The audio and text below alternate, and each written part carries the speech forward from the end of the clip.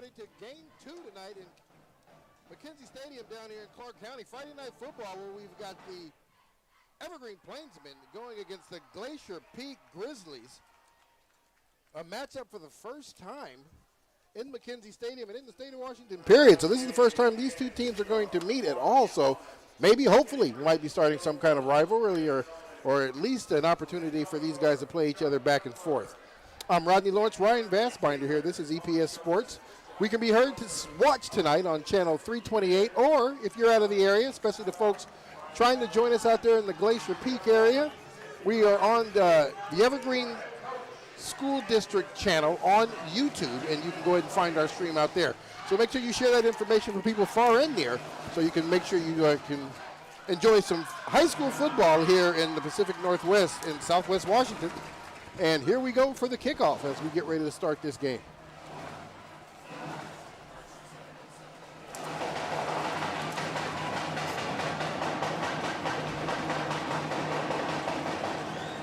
Evergreen having a real good start this year, coming 3-1 so far. Glacier Peak 1-2, lost a real good game, close game against a tough Ferndale team last week, and we are going to break out right out of the gate, and there's going to be the horse collar right there. Great run there by the return team as he picks that ball up and takes it right in to the Evergreen territory right out of the gate here, and they're going to add some more yardage onto that because of the horse collar, Ryan. Yeah, they certainly were. Isaiah Owens had a great return there, was able to go ahead and bring it up the middle. If not for that horse collar, he was taken into the house. Yeah, sure was.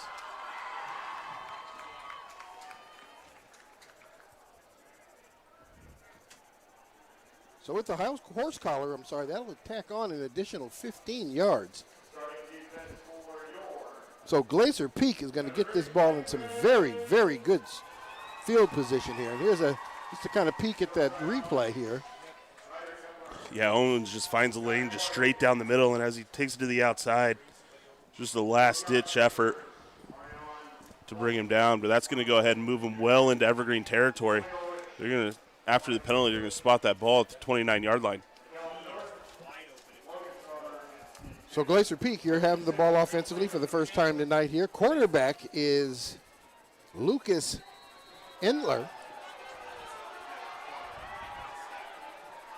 Crocker is the running back, number 24. They're going to hand that ball off. Crocker finds a crease, steps to the outside, and he is going to get all of it. It looks like maybe about a yard short on that, but definitely 9 yards on that game.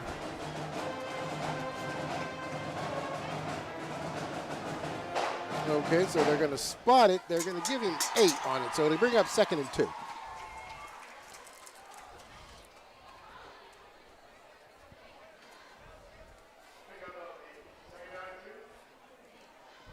Bunch formation down here at the bottom of your screen.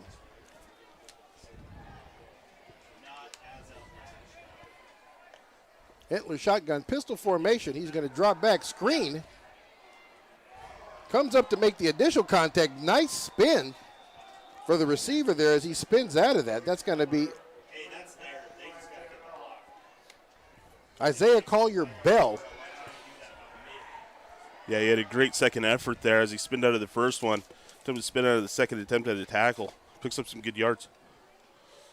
At least gets him back to the line of scrimmage.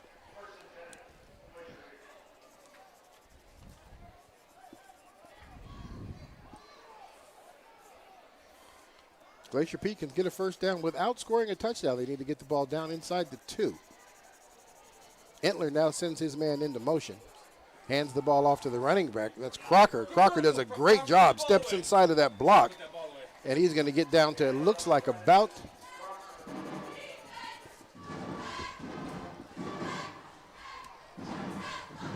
the 6-yard line here.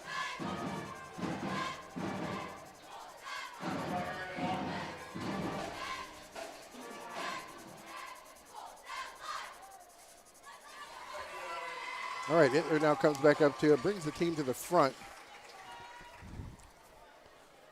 Oh, that's offsides, that's offsides. They're going to get a guy offsides as they switch formations.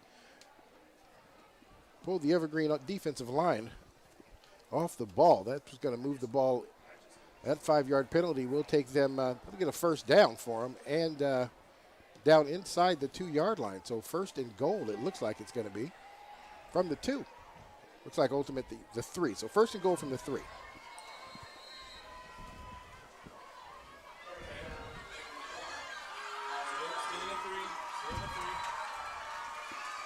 Pistol formation. Single receiver. They're going to give to Crocker. Crocker gets inside for the touchdown. So Glacier Peak, off some good special teams, a big penalty, and two good running plays by Crocker, and they're 6 points on the board. Yeah, they've had a great start to this game. They've shown that they can certainly move the ball on the ground. Uh-huh. I mean, they definitely benefit with the penalty off the kickoff, but they've shown that they've been able to be successful offensively so far. Yep, they sure have. So we'll see here what's going on here as they kind of move the ball down through there. Crocker looking like a running back that's able to find the space out there on the field and get himself into it to make some extra yards. Yeah, for sure.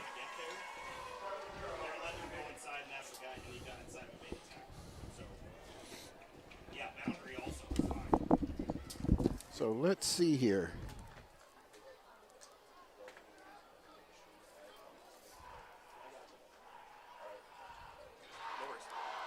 All right, well, Crocker, not a small guy. They have him listed as 5'10", 185.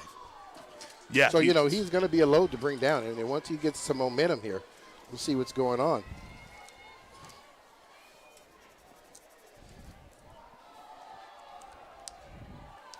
Well, we talked about Evergreen. Evergreen having a real good start, a better start than they've had in a while.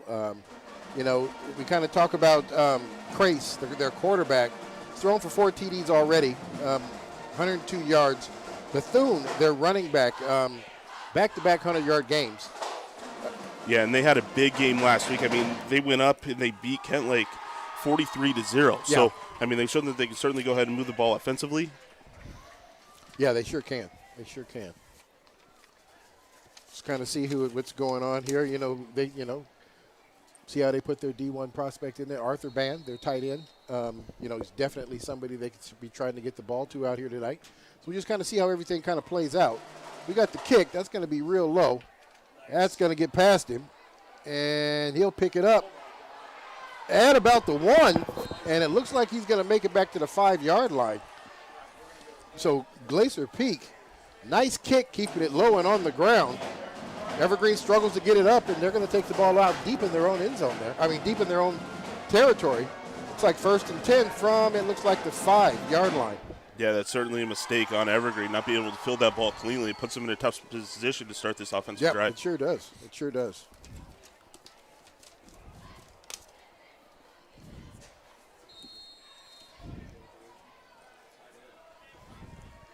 All right, Crace has him set up. Shotgun position. They're going to send their man in motion. Hands that ball off. There is nowhere for the running back to go.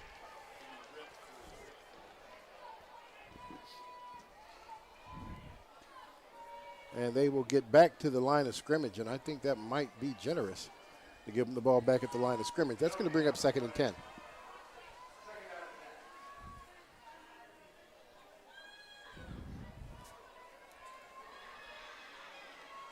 Split backs. We're going to hand that one off again. This time he gets out to the end, finds the edge. There is a penalty flag laying out there at around the 1-yard line. We'll see ultimately what that's going to be about. Looks like maybe a false start. We'll see what it is after the conference.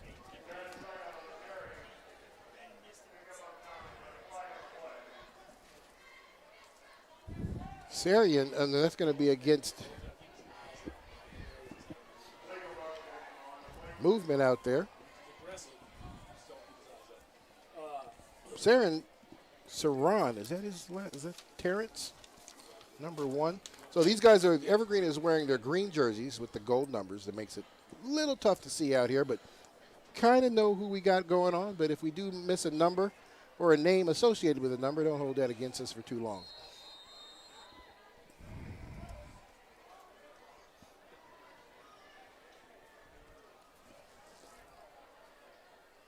So shotgun formation, we got slot receivers there to the large side of the field. Running back moves over to the strong side. Now we got a man in motion.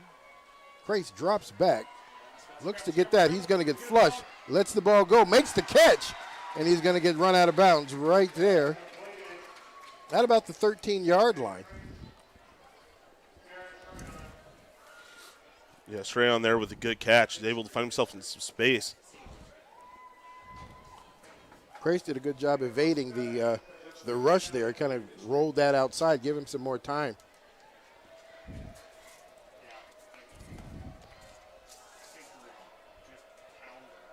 So this will bring up 3rd down and 2nd. 3rd down and 2, I'm sorry. And strong side to the far side. Trying to find somebody open. Has a man open right there at the 20. And he is able to make the catch, and that's going to move the chains.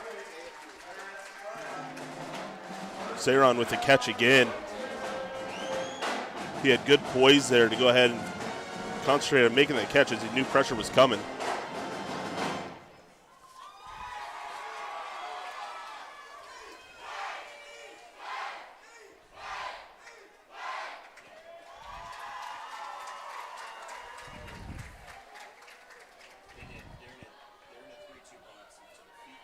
Hands that ball off again. Nice, forgot the edge, tripped him up. Looks like he's going to make it to about the 19-yard line, so no gain. It'll be right back there to the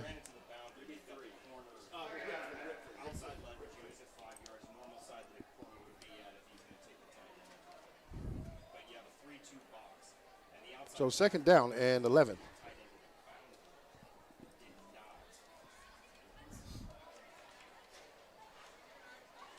Craze drops back, looking for somebody. He's going to take off and run this one himself. Slides at the 20. He'll just get back maybe a yard on this play. Looks like he does. They will give him a yard. 2-yard gain on this one. 3rd down and 9.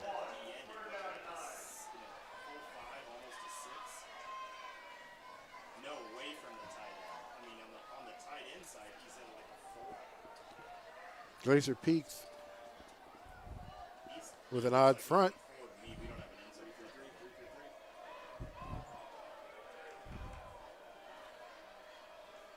Crace drops back. They get flushed, stays in there a little longer, has a man open, makes the catch. It's the first man move, moves out to the outside. That's not going to be enough for the 1st down. No penalty flag. That should bring out the punt team, and here they come. Yeah, the catch there by Anthony Lambert, just not quite enough.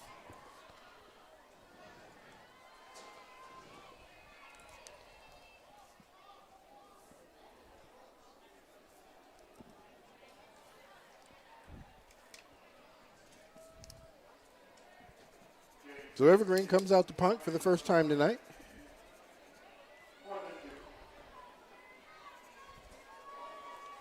Able to bring that one down. End over end, and they're going to let that one roll. And it'll come to the stop at the 31-yard line. So Glacier Peak will bring their offense back on the field. 31-yard line, 1st down.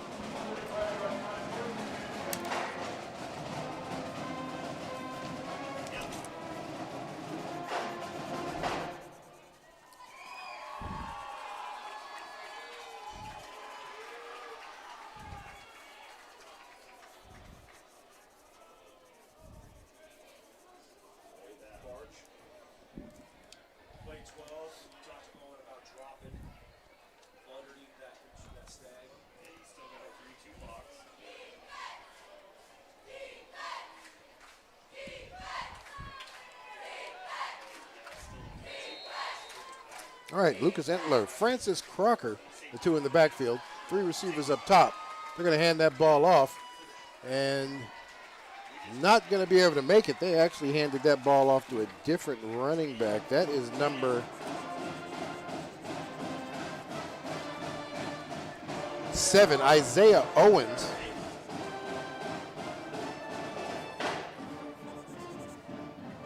Owens, only a sophomore, out there getting an opportunity on Friday night.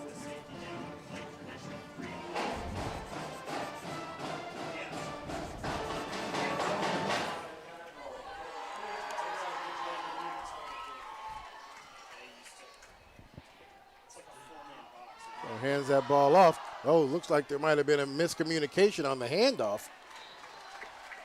Hitler turned one way and the running back went the other way. Yeah, Endler doing a good job there to get back to the line of scrimmage. Yeah, sure did. Costly mistake there. They lost a yard on that. That's going to bring up 3rd down and 9. Pistol formation. Well, this time he'll move over to the strong side. 3 receivers on that side.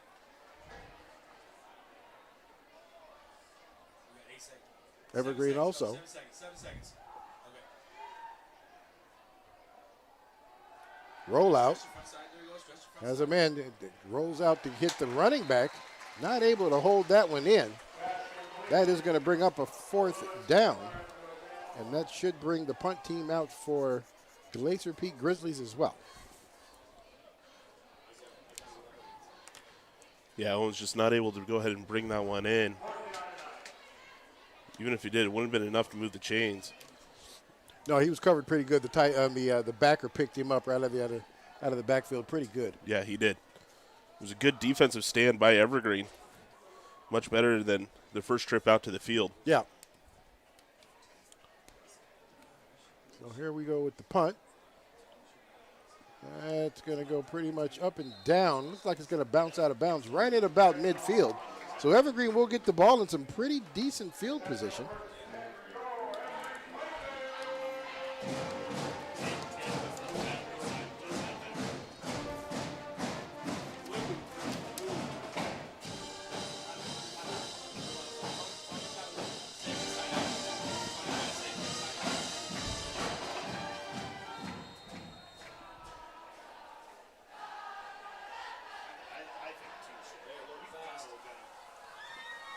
No, Evergreen's got slot receivers out there on the far side. They're going to move the running back over to the weak side. Has a man right there on the far side. Nice open field tackling right there as he makes the first person miss. Gang tackled him there on the right there at the 50-yard line, so no yards gained on that. It'll be 2nd down and 10. Glacier Peak's defense covering ground pretty fast once the ball is caught. Yeah, they've shown up well so far tonight. Haven't let a lot get behind them.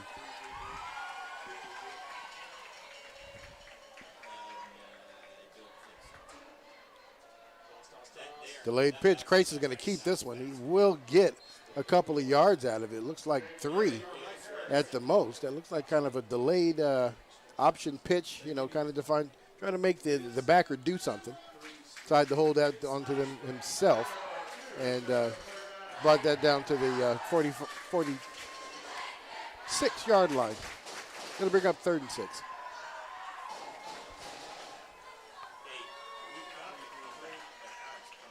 Strong side down here at the bottom, slot receiver.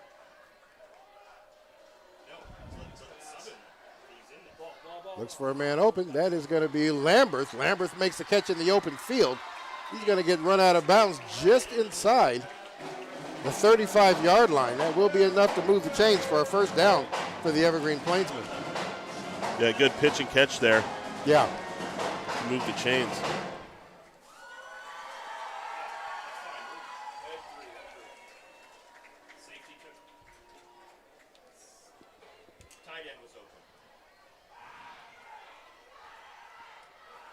Lamberth now switches sides of the field. Kepler now down here at the bottom. Crace drops back. Has a man open down the middle. That ball's going to get picked off. Drops it down in front of it. Makes the tackle. Finds the edge. We got a penalty flag down on the field. But that ball is going to get picked off at around the 20. He'll make it back to the 30. And we may have had a blindside hit. Yeah, that's what I'm seeing. Great read by Isaiah Olson there to go ahead and come up with a pick.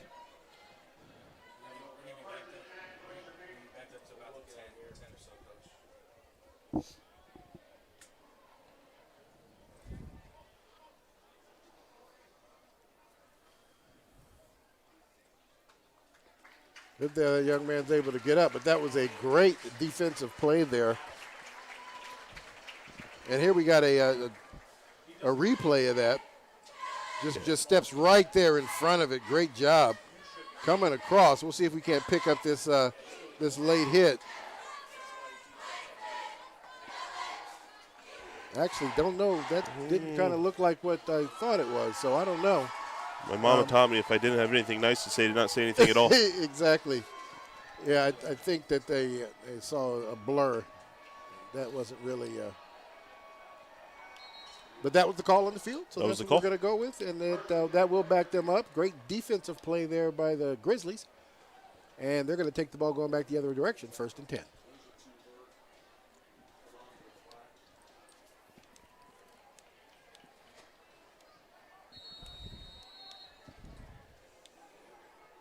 Francis Crocker back on the field as the quarterback, the running back. Got trips into the boundary over there. They're going to hand this off. Crocker gets to the line of scrimmage, and he is not going to do much more than that. They are actually going to stop his forward momentum at a yard lost to bring up a 2nd down and 11.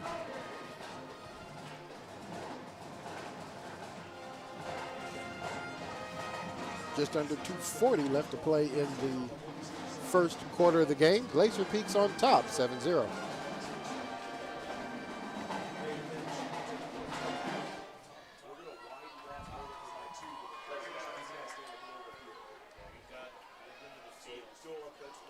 Glacier Peak again now, changing formations. Strong side to the outside.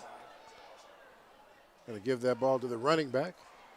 And he looks like he'll make it to about the 23-yard line before he is stopped. 3rd down.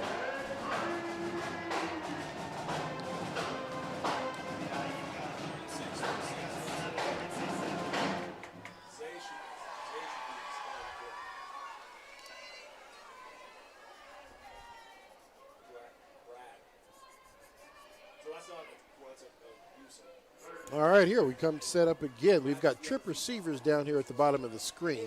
Running back lined up on the strong side. Entler takes the snap, drops back. Quick pass out to the outside. Catch is made. Additional yards after initial contact. Great job there by the receiver. Yeah, that's a great second effort there by Benjamin Williams. Keep his legs moving. Sure did. Benjamin picked up some good blocks from his receivers out front and just ran hard. That is enough to move the chains. 1st down. Under a minute and a half left to play in the first quarter.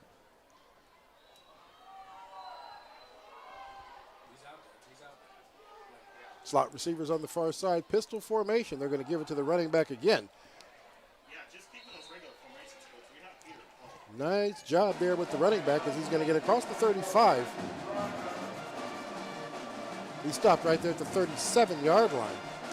Yeah, Crocker having a great game so far. Almost halfway there, 2nd and 6. You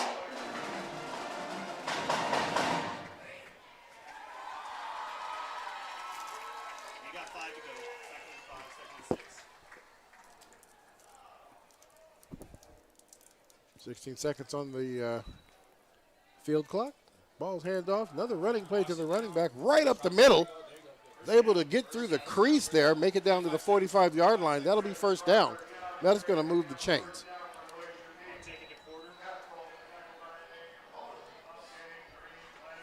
Yeah, Evergreen's going to have to find a way to stop Lucas Crocker tonight.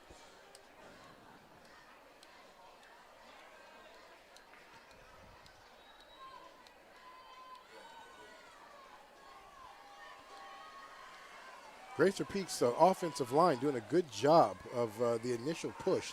It just kind of gets them backed up onto the linebackers, and that's why he's able to find that space. Yeah, you're absolutely right. They're going to go ahead and they're going to take this down to the end of the first quarter. So we've made it to the end of the first quarter. Quick quarter here as both these teams did a lot of running. Glacier Peak on top, offensively dominating right now. Evergreen showing some promise, and then they throw that pick down there when they get just outside the red zone. So, yeah, you're right. I mean, both teams have shown that they're able to move the ball. I think this is going to be a defensive battle tonight depending on who can come out on top defensively. Yeah, exactly.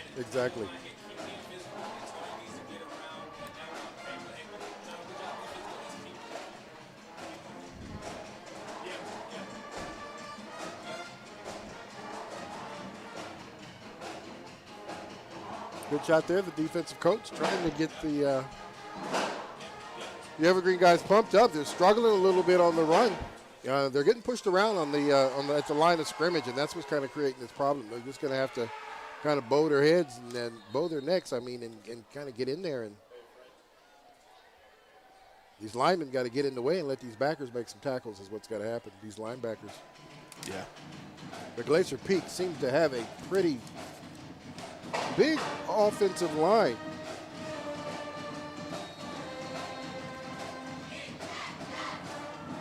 See about an average of about 250.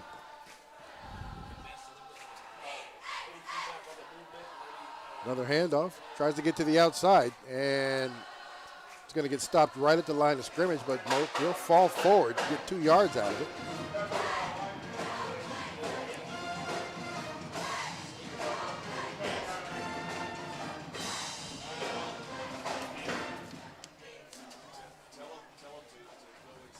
Isaiah Owens checks back into the game for Crocker.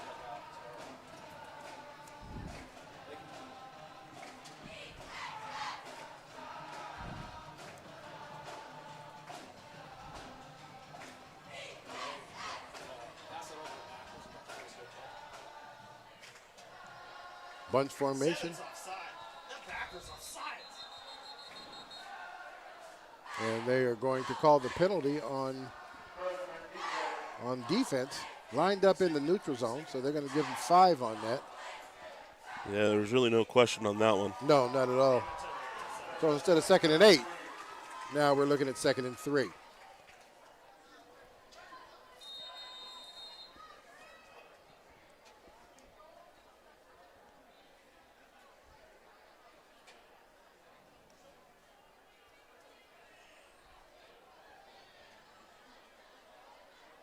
All right, we're ready to set up again.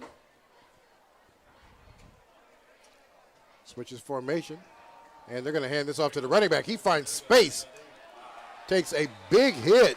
It's going to take him backwards, but it's only after he is scampered for the first down. That'll move the chains.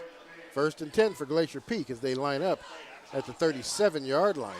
Yeah, it's a great run there by Isaiah Owens. I think he was expecting one more block that he didn't quite get. Right. Took a pop, but he got the yardage, so it was all worth it.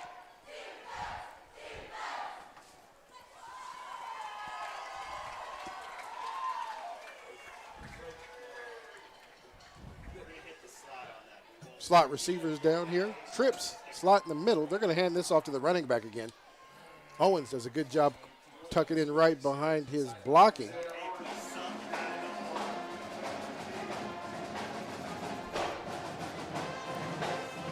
Get good little yardage out of that. He'll come out of the game. Crocker back into the game. Glacier Peak playing a lot of personnel tonight.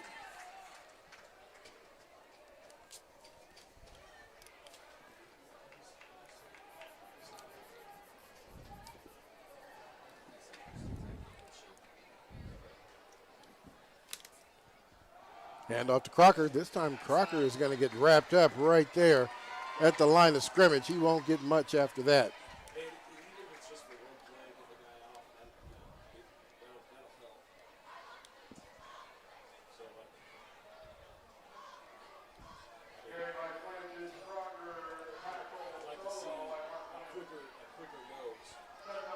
Third down, they're going to have to get this ball on the other side of the 27-yard line for the first down. Pistol formation. Running back's about 10 yards from the line of scrimmage. Comes a long way. We're going to have a flag. Moved a little early on that. Got caught leaning on that play just a little bit, so they're going to bring that back 5. So instead of that great run down inside the 20, they're going to back them up 5. Yeah, small mental mistakes. Yeah. Is certainly going to go ahead and hurt this drive. That would have been a great gain to go ahead and move the chains. Instead, it's coming back, and it makes it 3rd and long. Yeah.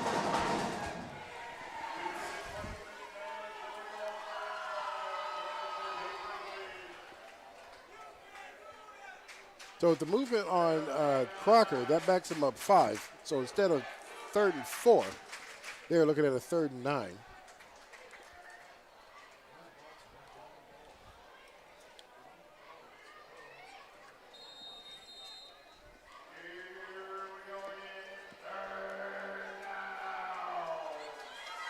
All right, slot receiver on the strong side here. They're going to send Noonan in motion, fake the fly sweep for him. Looking for the ball, pulls it in himself and decides to go for it, and he is going to get run out of bounds.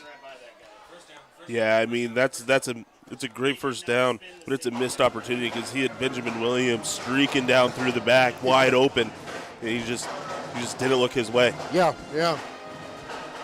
Good thing he got the yards. Yeah.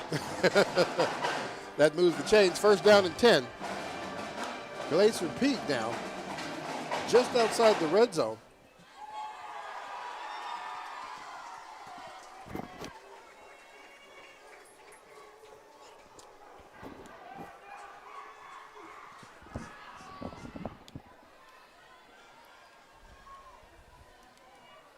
All right, he's sending Noonan in motion. They're going to hand this ball off. It looks like we have got a penalty flag again.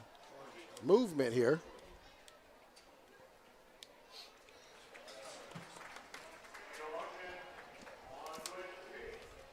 Yeah, Glacier Peak certainly just shooting themselves in the foot right now. Yeah, they sure are.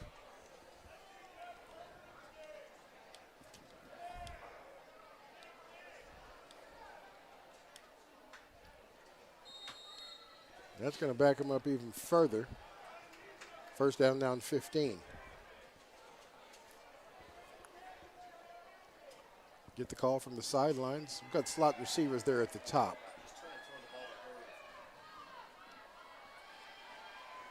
Strong offset. They're going to hand that ball off. Finds the outside, but he's going to get wrapped up right at the 25-yard line.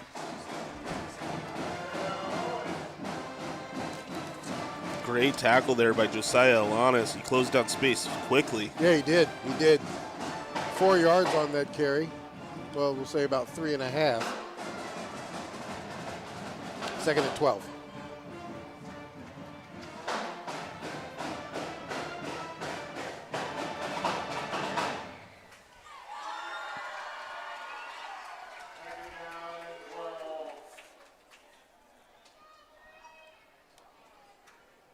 Bunch set, motion to the far side.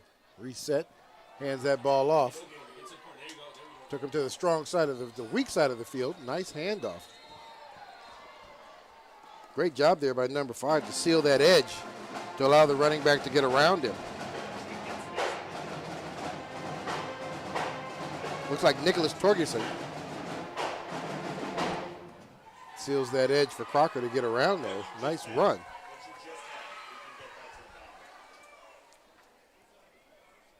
But we've got another penalty flag on the field. Let's see what the call is going to be here. It's going to be against Glacier Peak.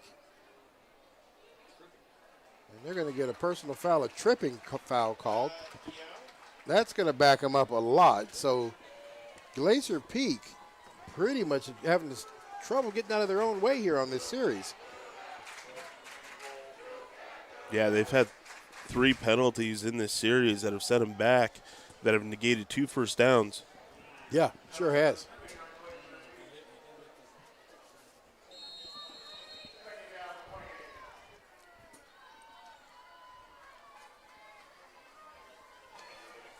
Trips down here at the bottom. Go to the far side, makes the handoff. That's going to be another penalty flag.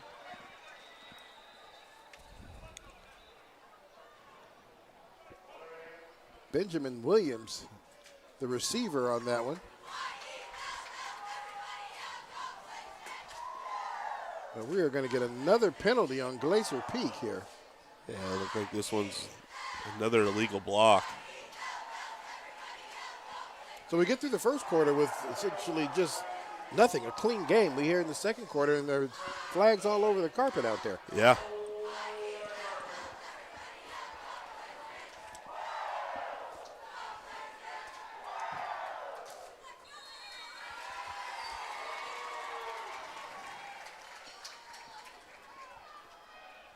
All right, Glacier Peak lines up again. Second and way too many. They need to get down inside the 15 to move the chains. Reset formation, strong side to the far side. They're going to hand the ball off. Nowhere for the running back to go as he gets back to the line of scrimmage. It's going to be third down.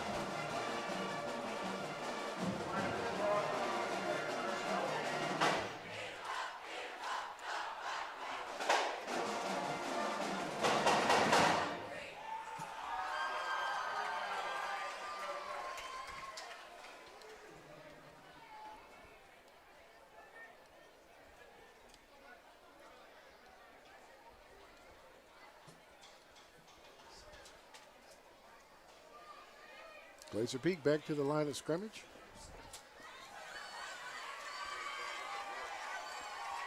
Strong formation. They're going to hand that ball off, and it looks like There's another we have false got start. movement. Looks like the running back Crocker is leaning. He's anticipating the count, and then he's leaning with it. So they're going to lose another 5. Takes it to 3rd and 42. You ever drop a play for 3rd and 42? No, there's no play in the playbook for that one. No such thing as a play for that. That generally means punt. Slot receivers down here at the bottom of the screen. They're going to give the ball to Crocker. Crocker does get across midfield. Nice run as he gets all the way back to the 35. And even as good as that run is, it's still going to be 4th down and a lot. So we'll see what they're going to go for here. Great run by Crocker. Now, what that does do, it does put them in 4-down territory with that big run, so they can still go ahead and give a shot at it. But it does look like they're going to go ahead and bring the punt team out here.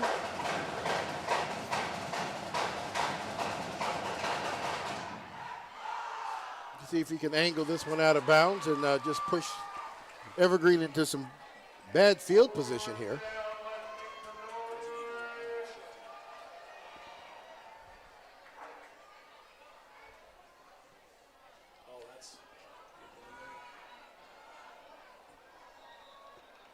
And he is going to fair catch that just inside the 5-yard line. So Evergreen's going to take the ball.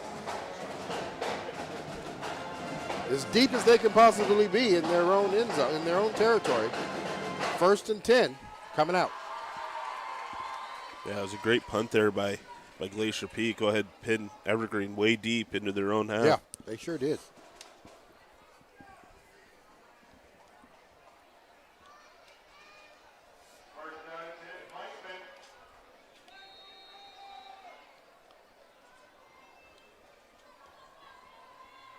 Evergreen lines up. 3 receivers set here at the bottom. Looks like that's Arthur Ban in the slot.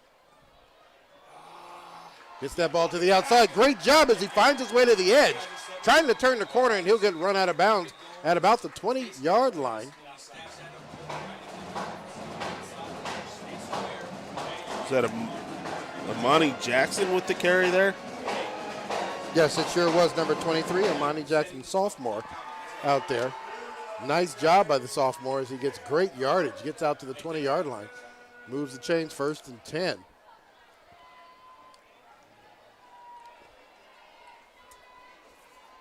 Trips to the far side. They're going to hand this ball off again.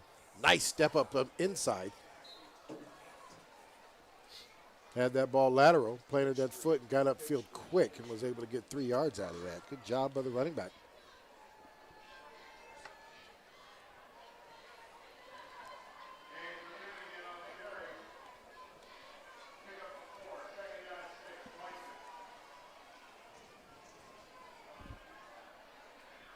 Ryder Kepler, far side, sit in the slot. Drops back. Has a man open, makes the catch. That ball is out. That ball gets out of bounds.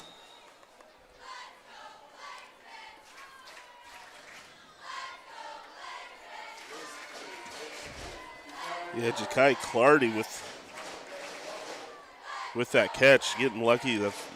Yeah, he sure was lucky that they fumble didn't see went that out of go bounds. We got a replay here. Yeah, Clardy certainly does catch it. He makes a move. And that ball does come out.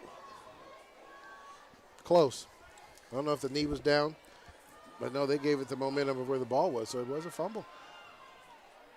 All right, Crace, shotgun formation, running back to the strong side of the formation. He's going to hand that off.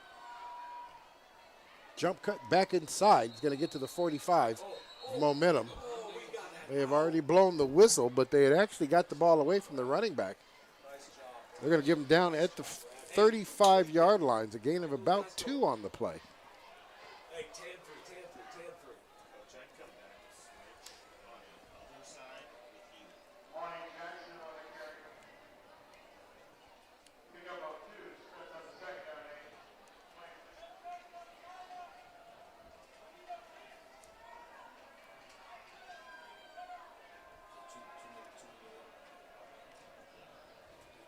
Grace drops back, trying to find a receiver. He's going to get flushed out of the pocket. Decides to take it on his own. And he is going to run the quarterback out at about the 39, 40-yard line.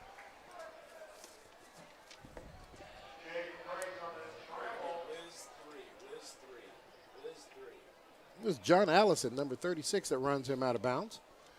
He'll get to the 40-yard line. 3rd down.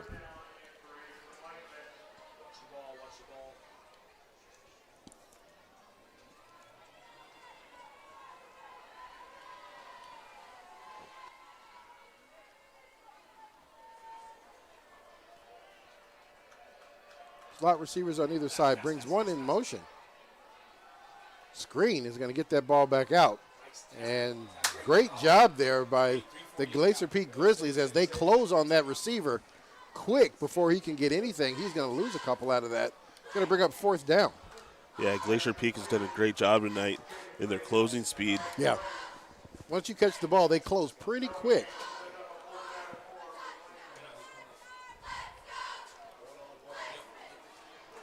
This is going to bring out the punt team.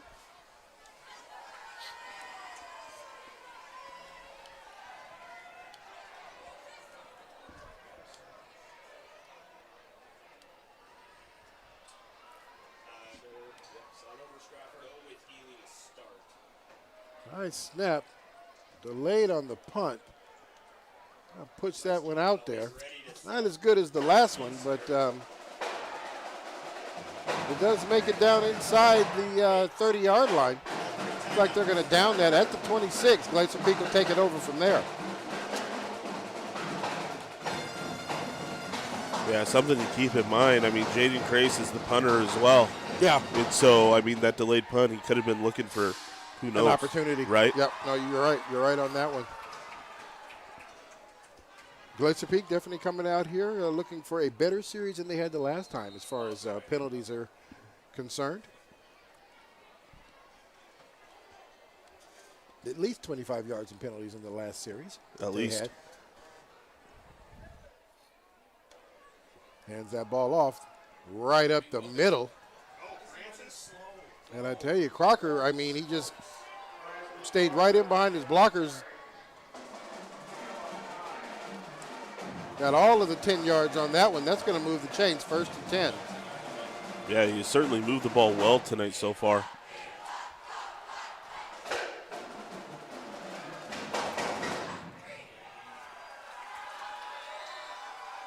Another one to the running back. This time he is going to get stacked up right at the line of scrimmage.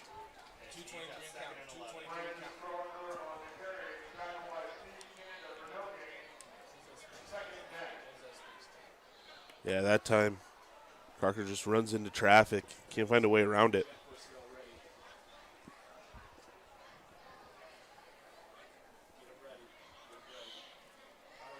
All right, they come with twin receivers here on the strong side. They're going to hand this ball off and deliver it going weak. And that is going to get him, it looks like, to about the 37, 38-yard line. Now under 2 minutes left in this first half of play. Glacier Peak still on top 7-0.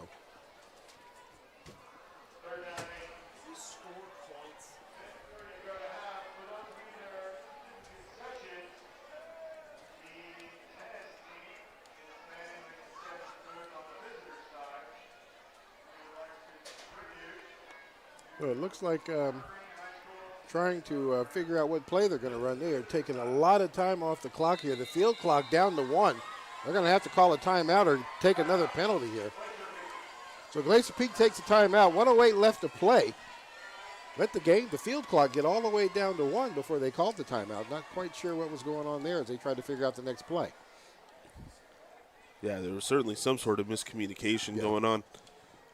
Trying to figure out how they're going to come out at 3 and 8. Staying with Izzy. Yeah.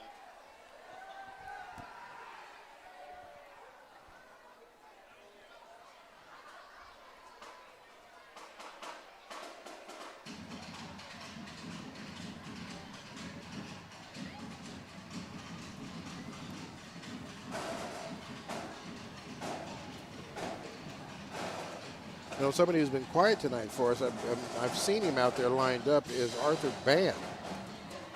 Hasn't made a reception yet this first half of this game. No, you're right.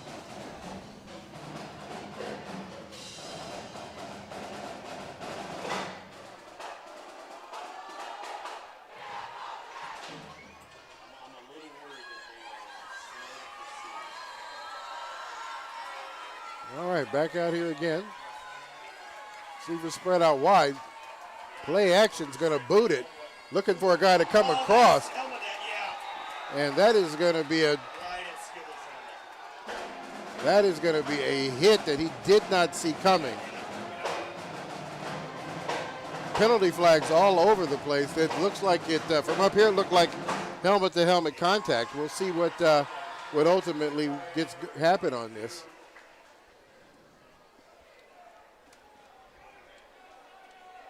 Yeah, the hit there made by Ja'Kai Clardy, who's been a big target tonight for Evergreen.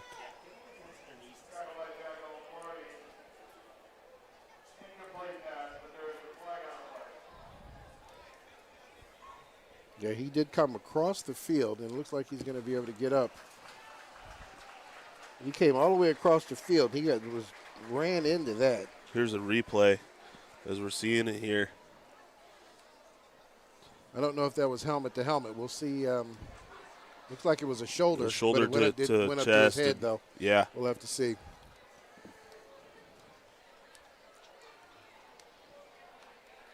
Definitely a personal foul. Let's see if they're going to call it flagrant and ask this young man to leave the game. We'll see how that works. But it is definitely going to be a 15-yard penalty, and it will move the chains.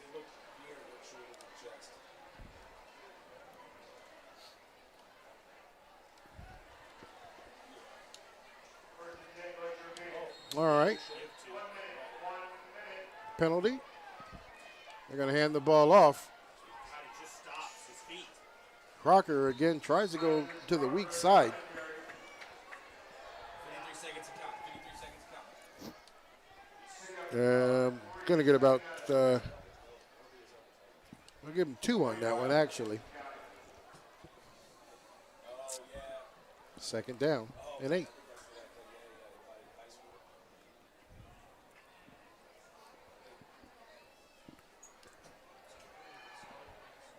Field clock, game clock, both running. Hands the ball off. Another one. Nice inside move there by the running back as he gets down to the 30-yard line. Great run there by Crocker. Yeah, great run there by Crocker. Glacier Peak with 2 timeouts left. 21 seconds left in the half. The clock will run once the chains are reset. And it looks like they do call the timeout with 21 seconds left.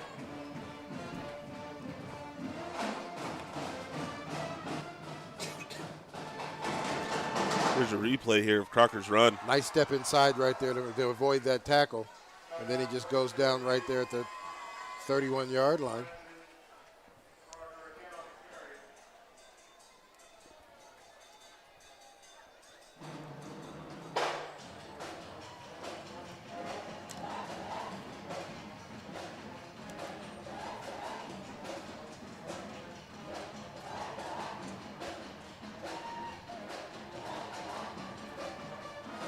Glacier Peak's offense back on the field.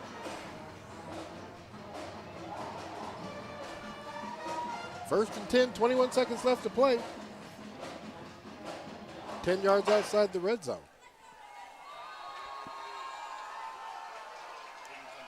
Glacier Peak trying to get 7 more on the board before they go into halftime. Quarterback keep out the back, tries to step inside. He's going to make it down to the 25-yard line. They'll call another timeout. Stopping the clock. That will be their last timeout. 13 seconds left.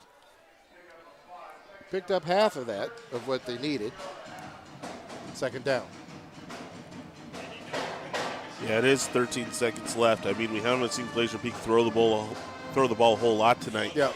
We'll see what they've got in their playbook for this.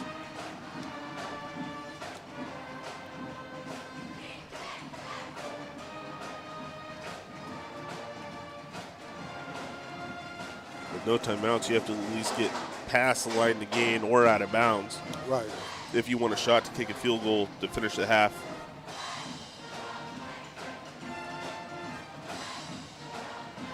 And I guess we don't really know if they have a kicking game, right? You know, We don't. if their kicker is, you know, the type of guy you just need to get close enough. We'll see how this kind of plays itself out as the last 13 seconds wind down here in the first half of this game.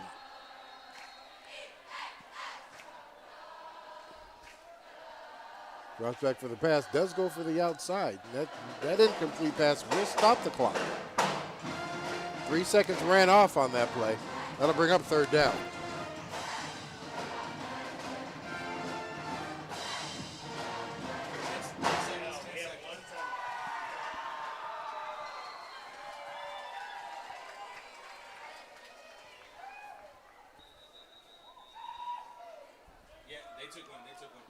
And Evergreen's going to go ahead and take a timeout. So Evergreen now with 2 timeouts left.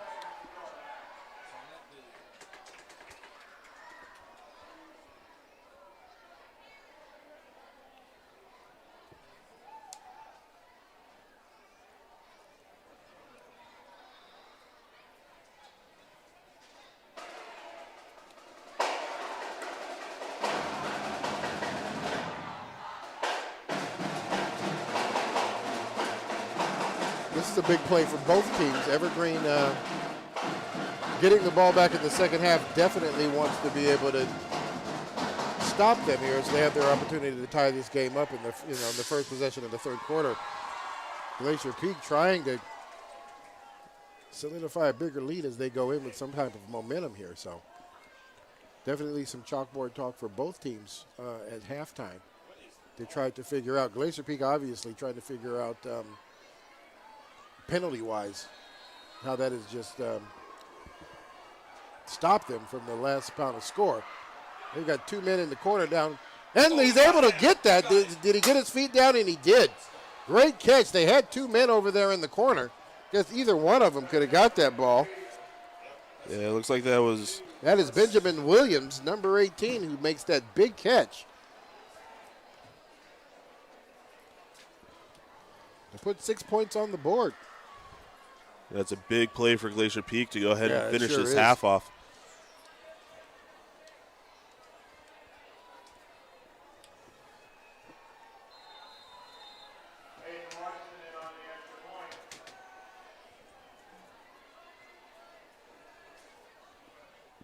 Set up here for the extra point. And we got a penalty flag. Motion on Glacier Peak. That'll back them up 5.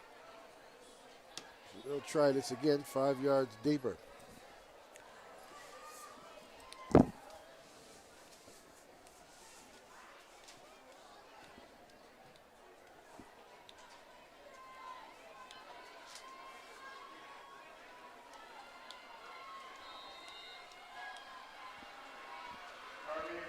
We'll set this up.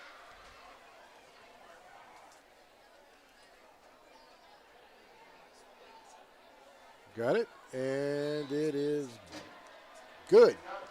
So Glacier Peak pushes the score out to 14 points. Evergreen still yet to score here in this first quarter. 4 seconds left in the first half. Here's the replay here of the touchdown. He's just able to Great find. job. And drag that toe at the last minute. Great catch there by that young man. Yeah, looks like that was number 18, Adam Loom, with a great catch in the corner of the end zone. Oh, that you are right. I called it Ben. I gave the credit to Ben Williams, but you are correct. That's right. We got it right. Number 18, right? Yeah, we got it right. Yeah, we did. We corrected. We got it right. Cleaned it up. Appreciate you. All right, so 4 seconds left to play here in the first half. Evergreen down by 2 touchdowns here.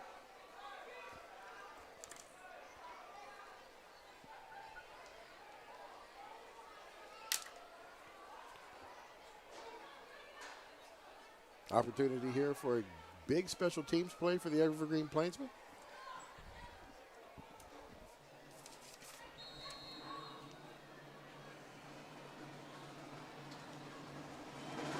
Aiden Larson with the kick. He's going to keep that one on the ground. It's going to bounce, and they'll get run out of bounds. 2 seconds run off the clock. And here comes the Evergreen offense with 2 seconds left to play in the first half of this game.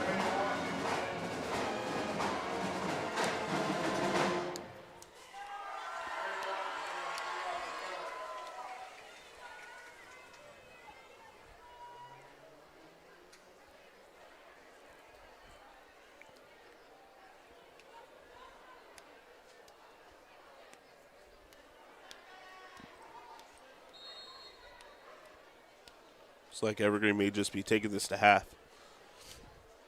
Oh, yep, they sure are. They'll take the knee. That will run the clock out, and that is the end of the first half of football. Glacier Peak on top, 14-0 over the Evergreen Plainsmen. We'll be right back for the third quarter.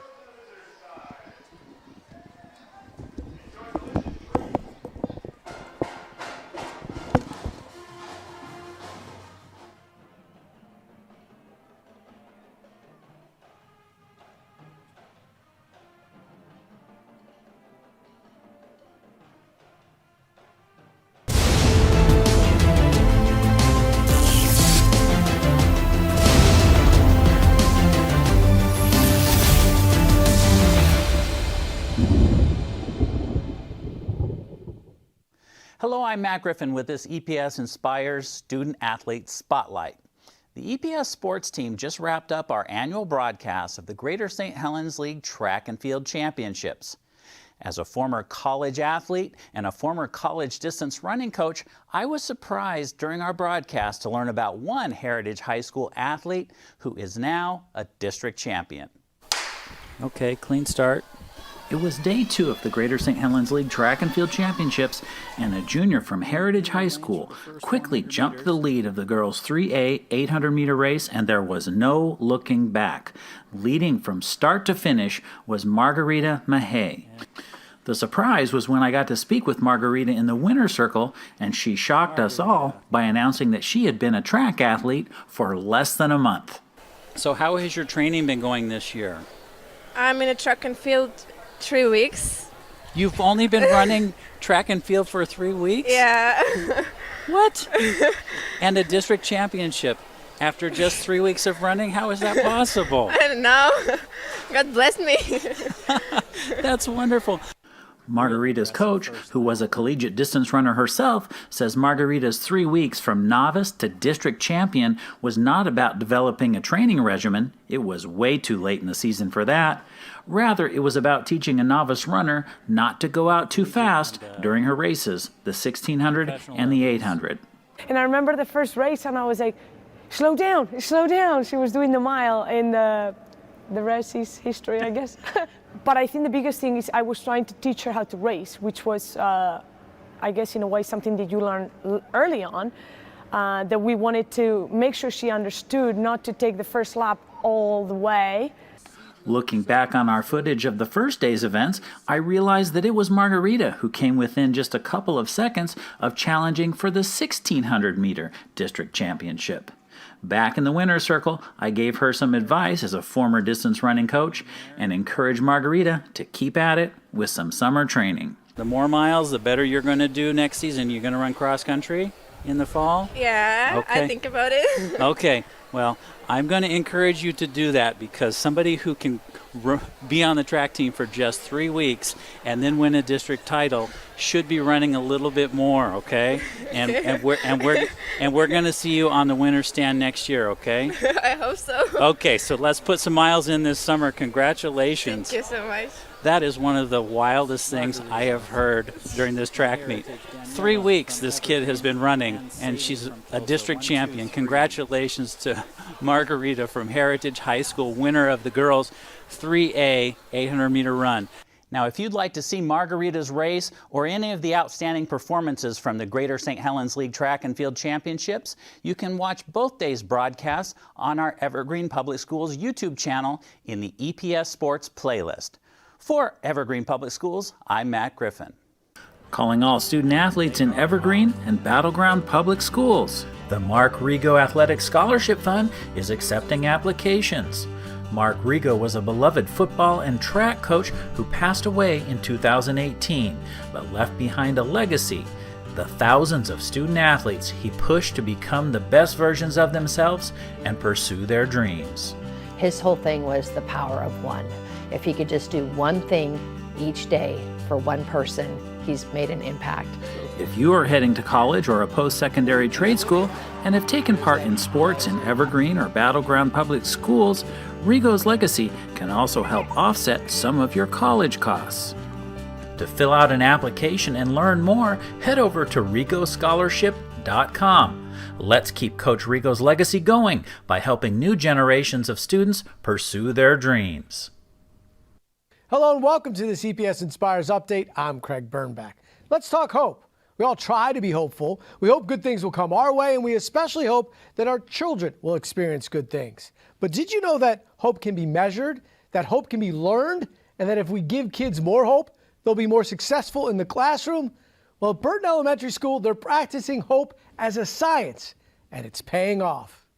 Hope is the #1 predictor of well-being. I don't think I've ever seen the school so full before. We are so excited to welcome all. Welcome to Hope Night at Burton Elementary School. It was emotional for me to see everyone there. When Becky tried to talk about hope, I'm tearing up at the side of the room, you know. So many students and so many families there, and they care about the work just as much as we do. On Hope Night, the students were proud to show off their work with hope. There was art, there were poems, and there were a whole lot of kids giving lessons about hope to adults. So, this is like what we hope to be. I said, I hope to be a vet. And what the kids were teaching their parents is that there's a difference between having hope and making a wish.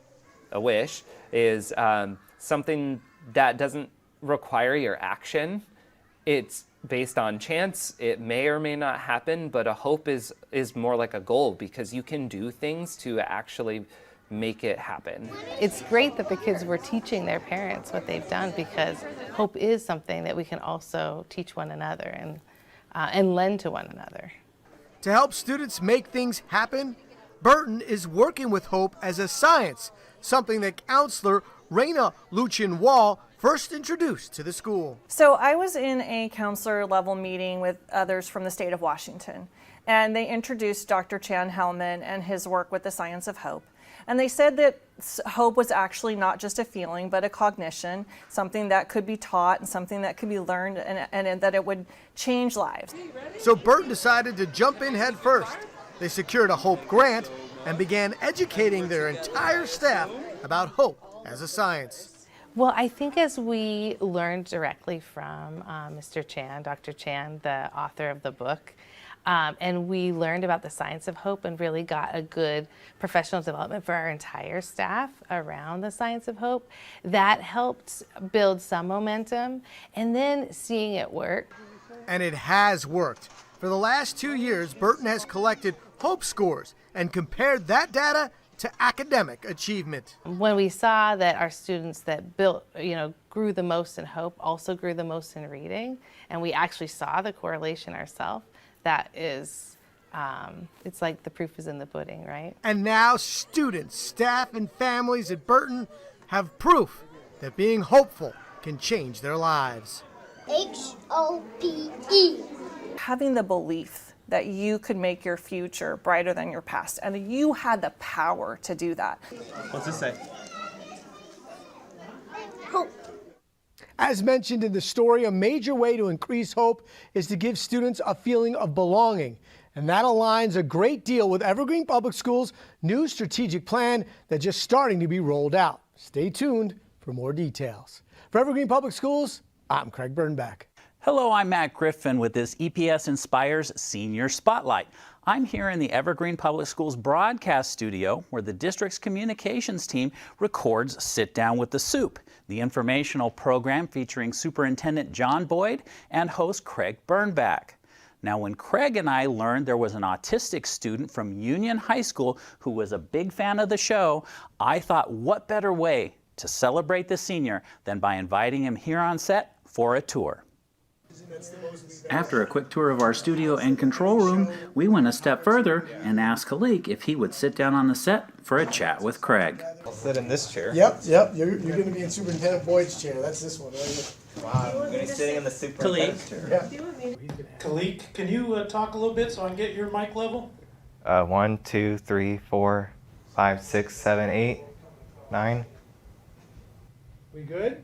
Thank you, that's very good. What do you love about school?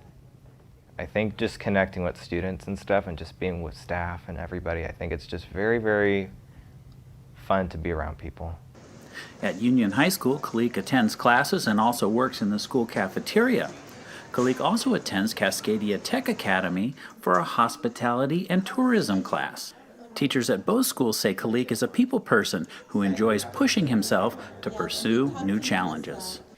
Khalik, where do I start? The moment he walked into class, he comes in every day with a smile, and he actually says hello to everyone, or good morning to everyone. And he's so inspiring. And just like any other student on the spectrum, everybody's different, and his take on things is if it's something that's interesting, it's something that he likes, he's willing to go after it and go after it hard. And with the Sit Down with the Soup, or it's his work at Cascadia, he said, hey, this is a new experience that sounds like something that I might be interested in, so I'm going to go full force at it. Back on set, Khalik tells us that Union High School has felt like a home away from home, and graduating is going to be bittersweet. Had a lot of good teachers there. I have about a month and a half now left with them, and it's gonna be kind of hard for me to leave them because it's like a good community. Feels like a family going to that school. And Khalik has so enjoyed being an Evergreen Public Schools student, he has visited every school in our district, learning facts about each, and even made a PowerPoint presentation to share with fellow students and teachers. You couldn't ask for a better advocate for how schools make for stronger communities. What's so great about Evergreen Public Schools? What would you tell them?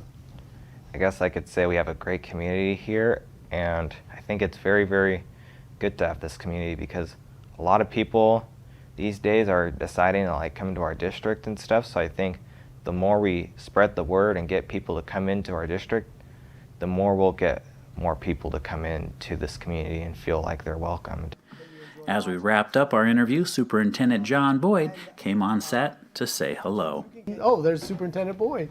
Hey, hi, Boyd. Great job interviewing. Thank you. Fantastic. Nice job. Thank you. You know what I'm scared about, though? I'm scared that you might take my job. Yeah. Your answers were so absolutely perfect. Yeah. Thank you.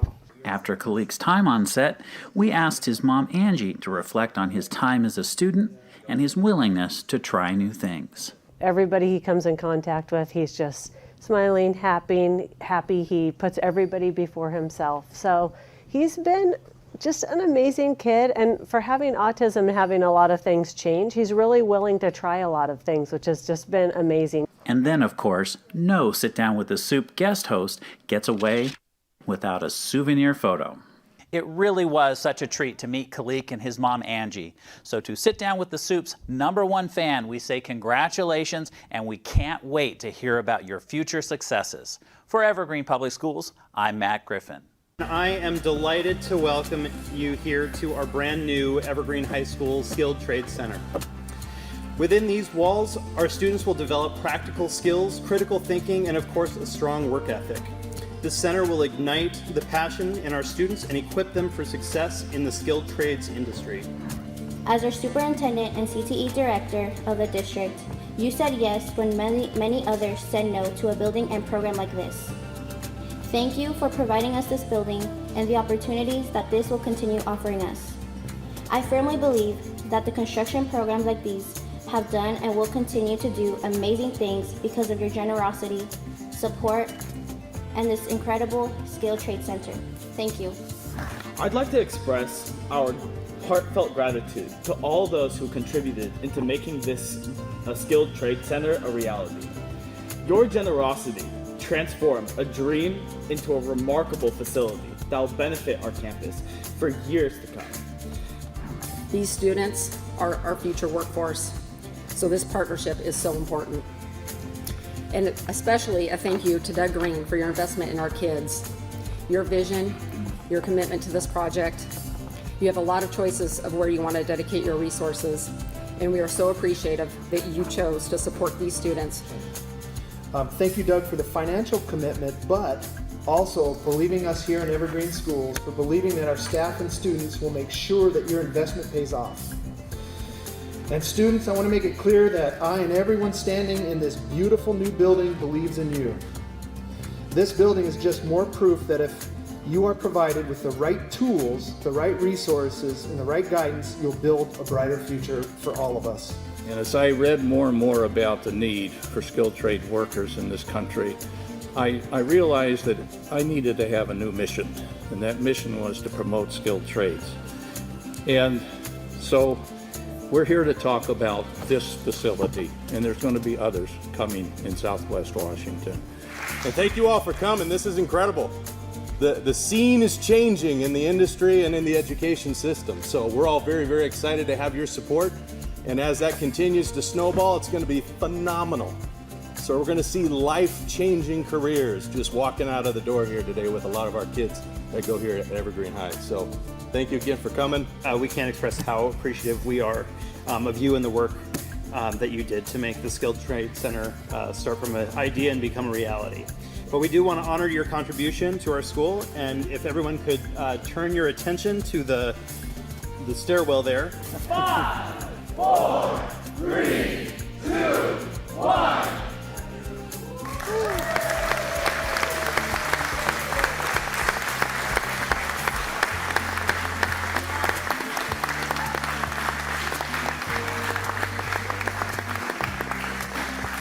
Let's cut that ribbon. 3, 2, 1. Skilled Trade Center.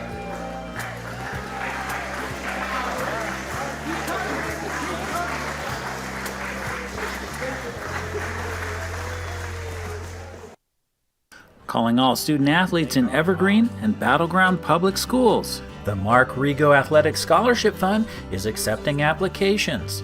Mark Rigo was a beloved football and track coach who passed away in 2018, but left behind a legacy. The thousands of student athletes he pushed to become the best versions of themselves and pursue their dreams. His whole thing was the power of one.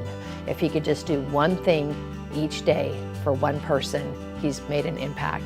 If you are heading to college or a post-secondary trade school and have taken part in sports in Evergreen or Battleground Public Schools, Rigo's legacy can also help offset some of your college costs. To fill out an application and learn more, head over to rigoscholarship.com. Let's keep Coach Rigo's legacy going by helping new generations of students pursue their dreams.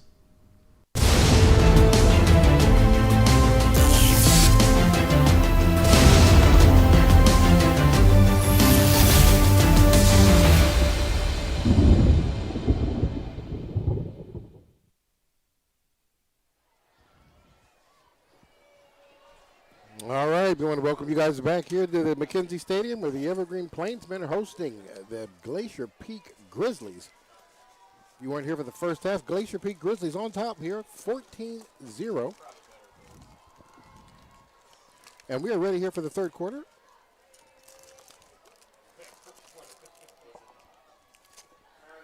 Glacier Peak able to put up the last 7 points with seconds remaining in the first half on a big play to the far end of the end zone to the big receiver there, number 18. It looks like Adam Laum, I think is how you pronounce his name. Evergreen's going to get the ball. It looks like they'll get back to the 20. And ball did hit the carpet, but it looks like he was already down. So Plainsman will keep, I should say, possession of the ball. 1st and 10 from the 20.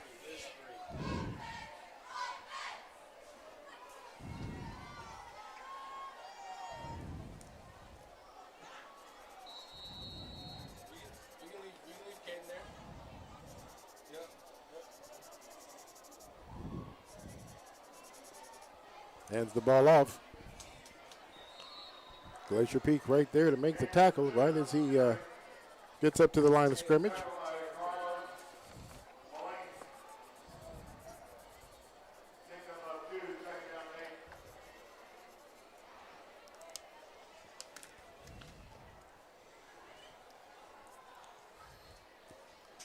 Number 6, that's Owen Gluth, the outsider, out there, steps up to make the tackle. Evergreen lines up, slot receivers on either side. Grace drops back, looking for somebody, has a man over on the side. Tended receiver, number 6. That was Ja'Kai Clardy.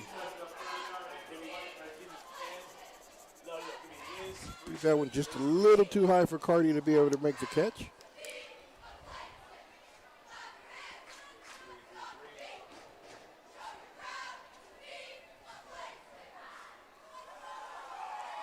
Evergreen slot receivers on either side once again. Running back to the wide side of the field. Grace drops back. Throws it right in the middle. This time there is a catch. It's going to get down to the 35-yard line. That's going to move the chains.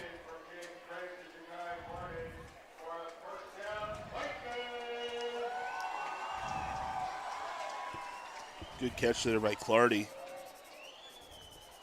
Took a pretty good pop there as he caught the ball. He shook that off as he got up. That'll move the chains.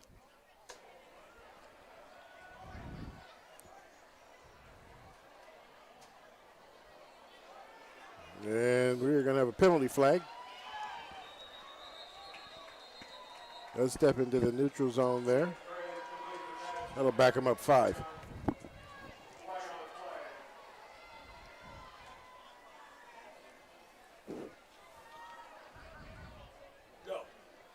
They should be slightly inside shapes before the vertical release outside.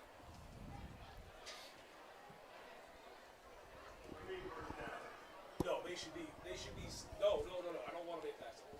Three. All right, Evergreen now lines up here. So, line out, draw side, let's give it a seat. No tight end on the field.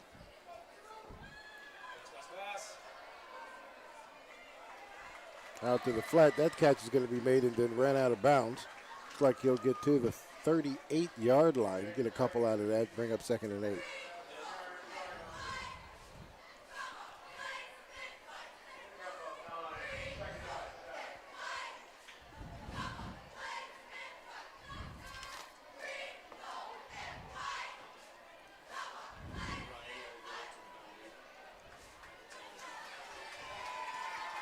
Kepler slot there at the bottom. Streaks up the field. He is going to make the catch.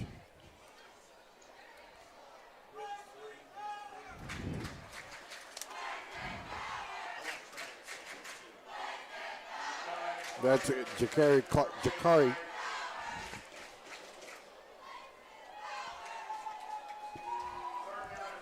Clarity there on that catch, number 6.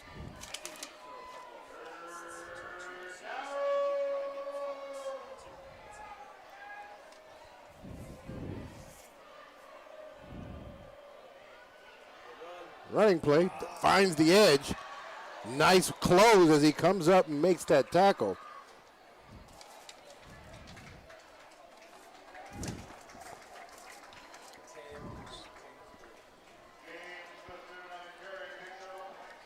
That is Isaiah Collier-Bell makes that. Collier-Bell, I should say, comes up and makes that tackle. Great closing speed there. First down and 10 for the Plainsmen from the 46-yard line. Trips receiver up top. Grace drops back looking for a man, not able to find him. He's going to scramble, and it looks like we're going to get a holding call. As Grace scrambles away.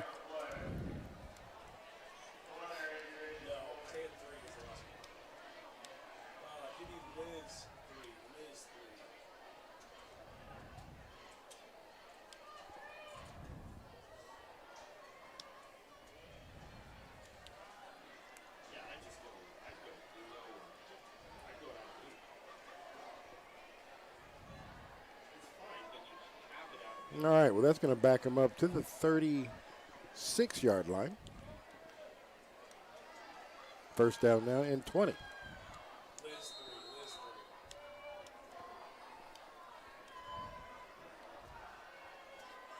going to roll out, still looking upfield. Lets that one go. Not able to bring that one in as he has to climb the ladder to go get that.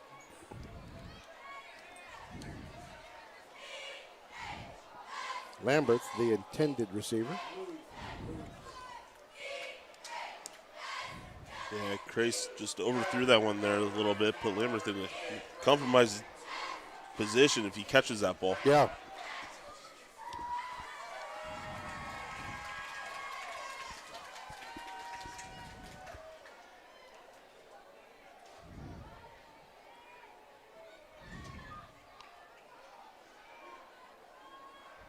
Fake handoff, has a man going deep. He's going to go for it. Receiver DB does a real good job staying right underneath that route, not allowing him to have any room to go for the ball. Yeah, that's Isaiah Olson there. He's played a great game tonight defensively. That'll bring up 3rd and 20.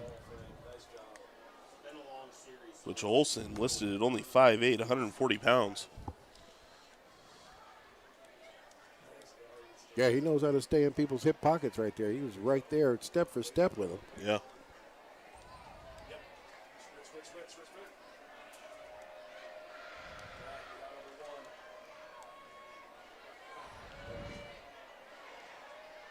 Grace looking for somebody upfield, and he overthrows that. But we do have a penalty flag right down there at the 50-yard line.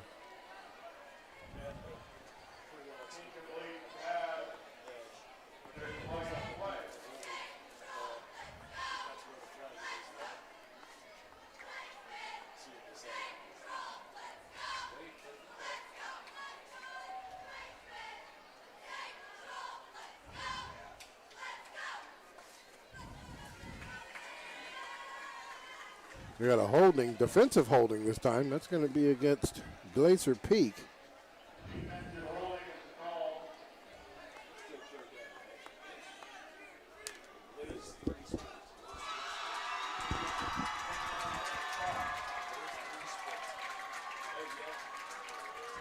Penalties for Glacier Peak tonight has certainly worth a conversation.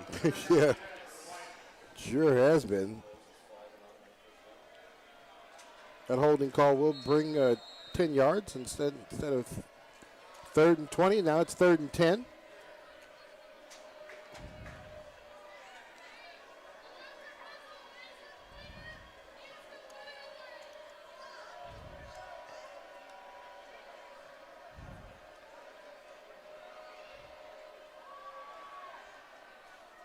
Gets him right there to close out. Not able to hold on to the ball as he comes up and takes a good pop from the Glacier Peak outside backer.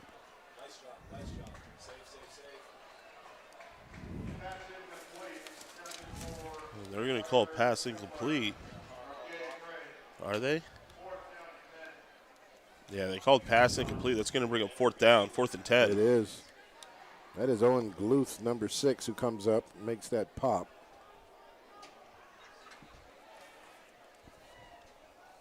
So with the incompleted pass, that'll bring up 4th and 10. They're going to be punting this one away for sure.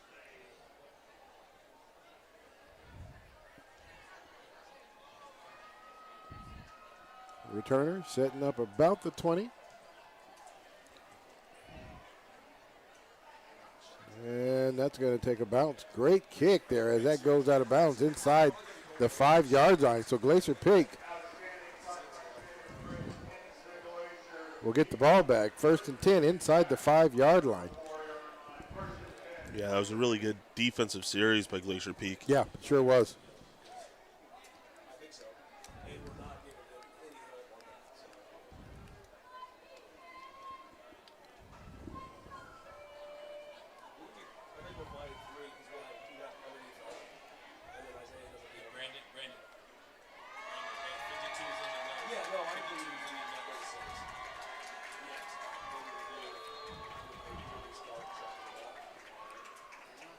So Crocker lined up deep in the end zone.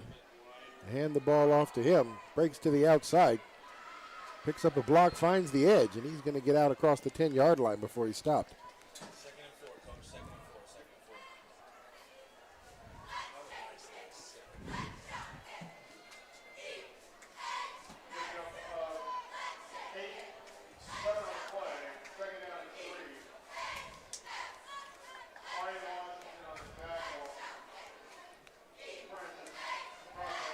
They line up again here.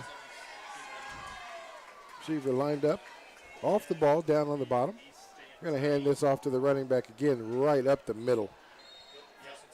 He'll get a good push there down across the 15-yard line. That will be enough to move the chains. 1st down and 10 from the 16.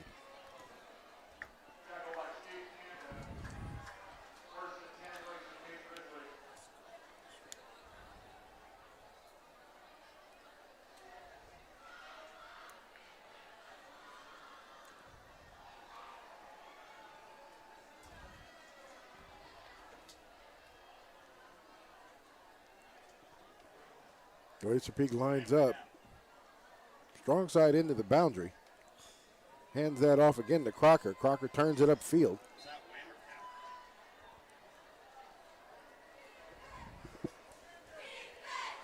Like he'll get it to, looks like the 21.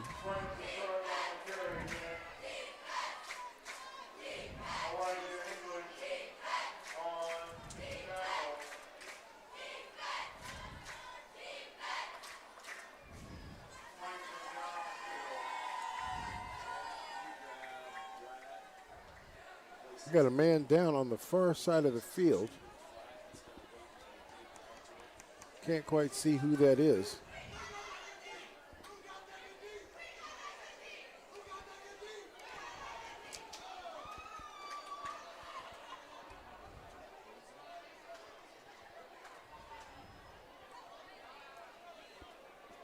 All right, looks like he's able to get up.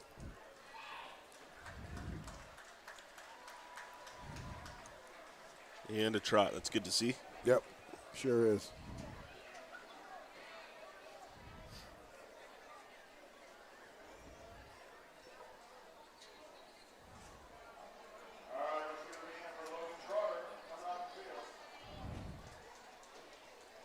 Hopefully he'll be okay. Get him to the trainer's table, let him check him out. All right, 7:40 left to play here in the 3rd quarter. Glacier Peak on the move. 2nd and 4. And in motion, they're going to hand the ball off. Great move there, and nice, powerful run by the running back, Crocker. Crocker's going to get down to the 39-yard line, it looks like. Glacier Like Peak they spotted him at the 38. Yeah, Glacier Peak doing a great job running the football this series. They are. They started on their own 3-yard line. Good running there by their running back. And who is that? That is Francis Crocker.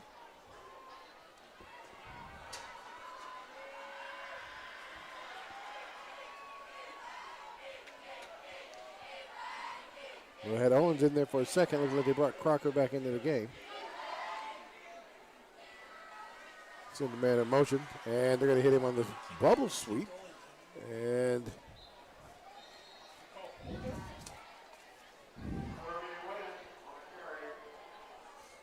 that is going to be Noonian,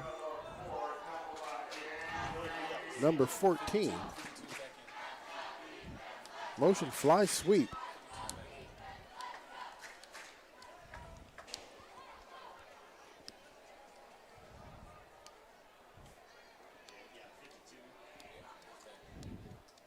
Three yards on the carry.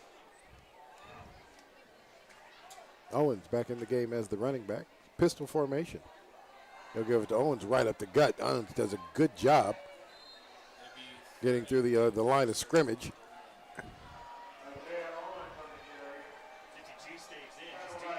He'll make it to the 42-yard line before he stops. That'll bring up second and third down. Looks like about a yard. Saw Logan Trotter return to the game, so it was good to see that. Yeah.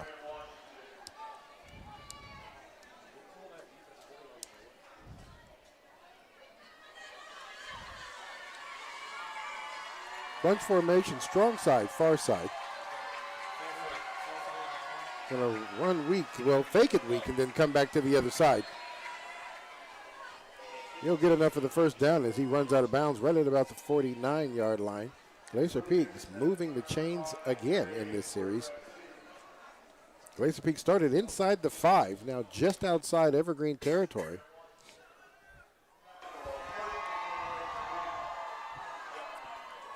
And they have been all rushing yards. Yeah.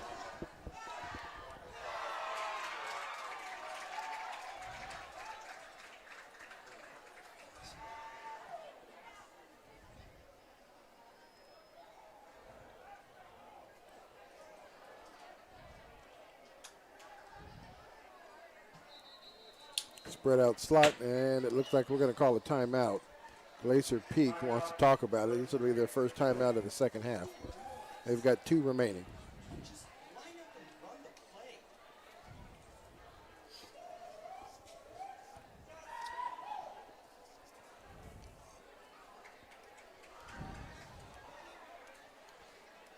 Good shot there of the Glacier Peak huddle. Trying to get it figured out.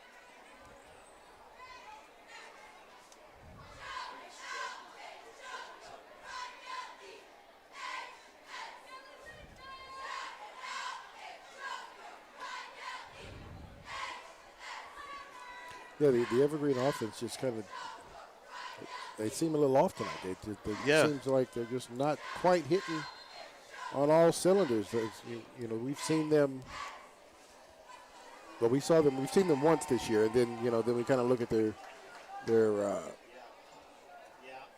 wins and loss record, and it kind of looks like that they've been playing some pretty dominant football, but this doesn't look like the squad we saw earlier in the month.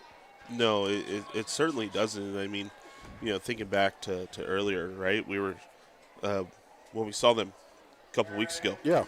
Right. I mean, we were calling names like Arthur Band and Mark Williams Jr., Lambert, Bethune.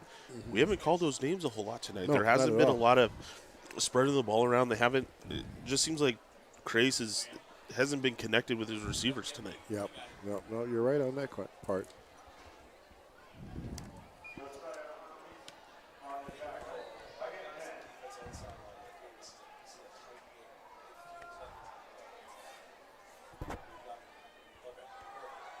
Hands the ball off. Owens takes it. Looks like he's going to get stopped right there at the 50-yard line. Glacier Peak has certainly been deliberate with this series. I mean, they've worked almost 3 minutes off the clock when they gain possession.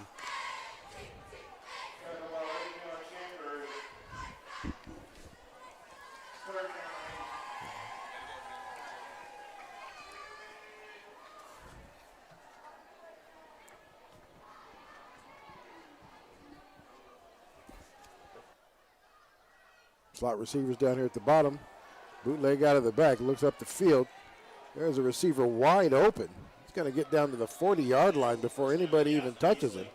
That will get the first down for him. Nicholas Torgerson, the receiver on that play. Yeah, that's the first pass play of the series. Yeah, it is. It is. Torgerson comes from all the way across the other side of the field as well. Yeah, Torgerson's just wide open. Able to get the yards for the first down. Yep, it sure does. Contact and fall forward. That's the way to do it. Evergreen's going to call the timeout now.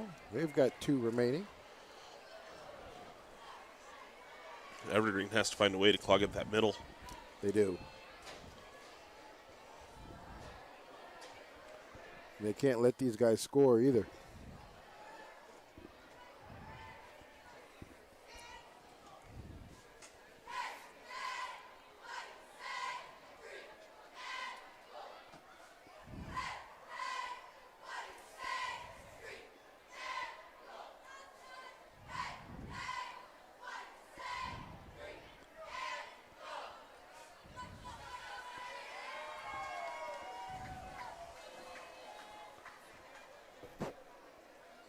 Glacier Peak back on the field, ready to play, and here comes Evergreen.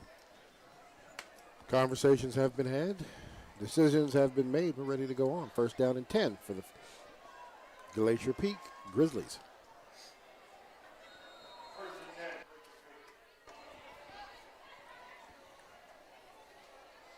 Motion. They're going to hand this ball off to the fly sweep. He is not going to have anywhere to go. It's like Evergreen's made an Linebacker adjustment there there. to make the stop.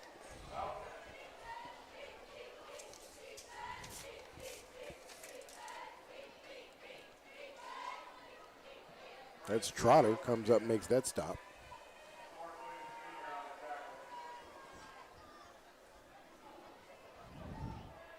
Hey, next play, Adam Trujillo.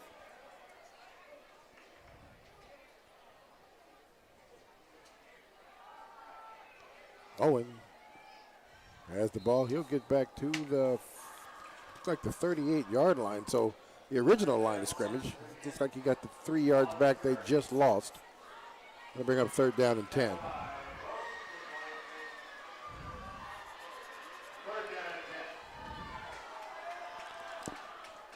This is a big down here for Evergreen. It sure is. Try to get the ball back.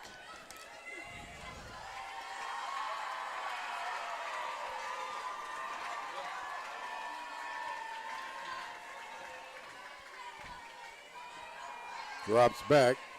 Flag on the play. The call's caught right in the middle of the field. Catching a good run afterwards. Gets down to the 19-yard line, but we do have a penalty flag on the 42-yard line. We'll see who that's going to go against. And it looks like that is going to be against Glacier Peak, and we've got movement.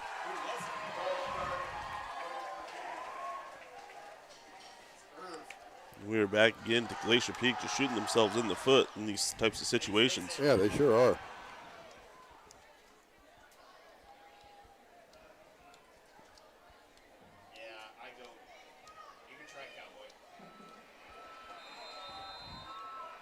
Nope, that's going to back them up 5. 3rd and 15.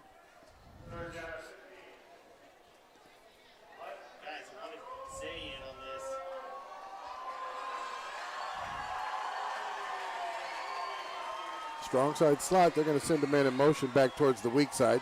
Fakes it. Has a man going down the middle of the field. And he overthrows him.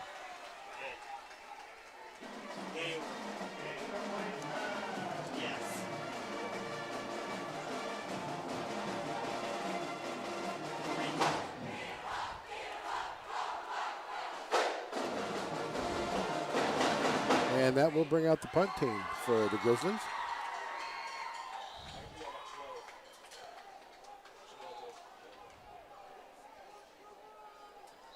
Evergreen defense able to survive this series.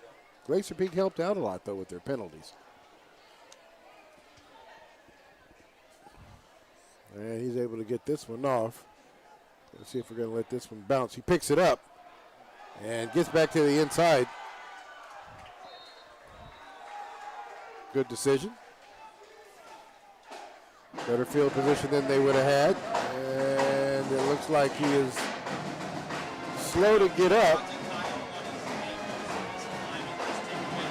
Looks like he got hit kind of awkwardly, but no, that's a cramp right there.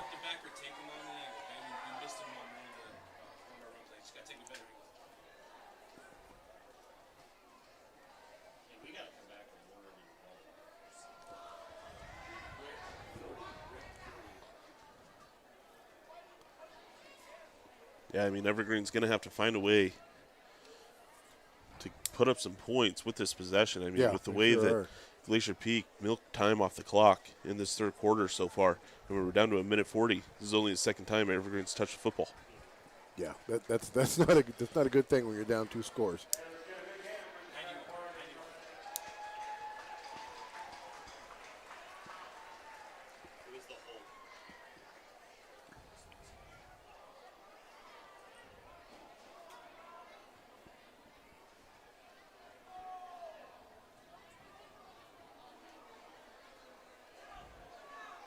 Okay, well, it looks like there's cramps have overcome the young man, so we're going to need definitely get some help for him out there. All right, here we go. Bunch trips down here at the bottom of the screen. Gets it out to the flat. Catch is made. Makes the first person miss.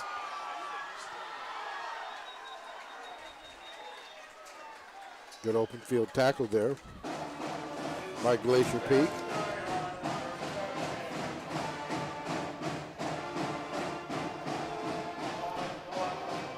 It's like Michael Darling comes up to make the stop.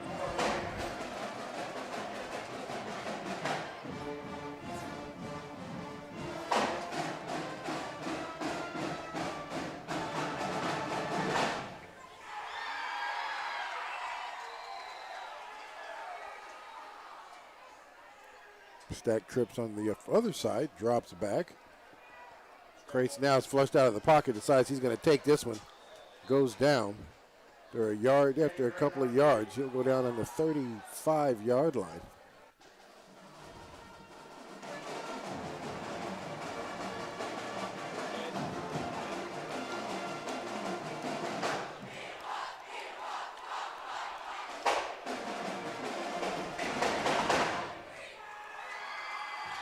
Ball spotted there on the 34.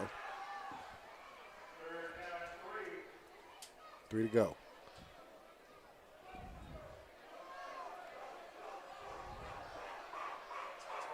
Grace drops back, flushed out of the pocket once again, and he gets the first down and slides down. It looks like he'll go to the 39. That will be enough to move the chains for an Evergreen first down.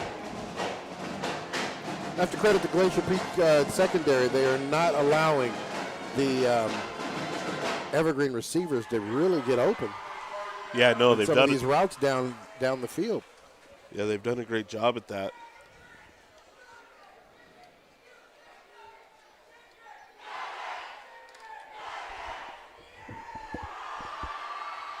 Grace drops back again.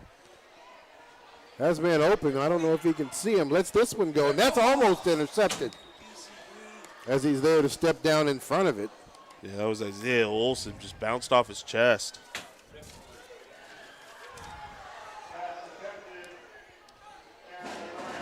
Evergreen getting away with one there. Saren was the intended receiver. I think Grace saw him coming across the field, tried to get the ball out to him. Yeah. Glacier Peak defender was there to step down in front of that. Unfortunately, he wasn't able to hold on to it. So to bring up second down and 10. 16 seconds left to play in the third quarter. And that ball is going to be fumbled. So the Evergreen offense just struggling this entire the game. But even more so, it looks like that this second half has been a little tougher for them. Yeah, they certainly struggled in the first half a little bit, but they had a few things working. As they came out of the second half, I mean, things just aren't clicking. They're just not in sync with each other. Yep. They're missing reads. They're not quite. I mean, they're just not there, and they've got to figure something out. No, you are correct. That will run out the third quarter. Evergreen, 12 minutes left to make a difference here, as they're dealing with a 3rd down and 12 as they start the 4th quarter. At this point, it seems like Glacier Peak has done all they need to do to sustain a win. Yeah, and they've proved that they can keep the ball on the ground and move the chains. Yeah, like you said, they kept the ball the entire 3rd quarter. Yeah. And didn't score. But, no. But it's 14-0, so they didn't necessarily have to. You know? Yeah, I mean, they ran 7-8 minutes off the clock. Yeah, yeah.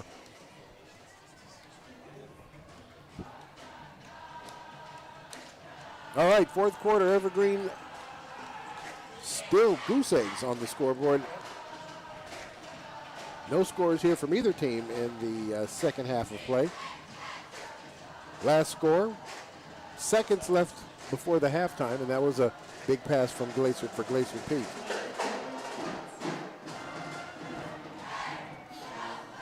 Both offenses definitely have quieted down here in the second half of play.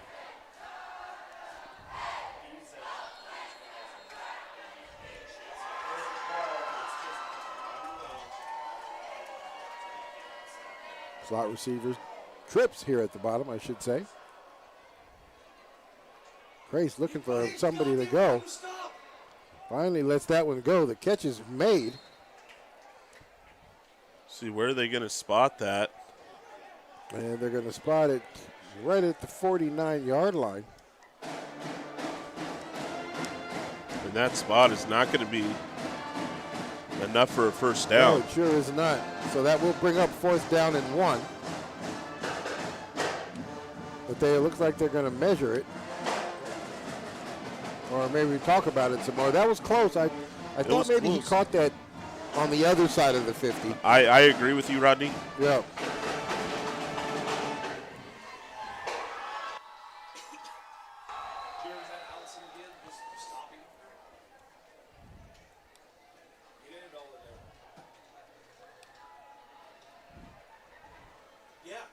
It's going to determine where the nose of this ball is. Yeah, it sure is.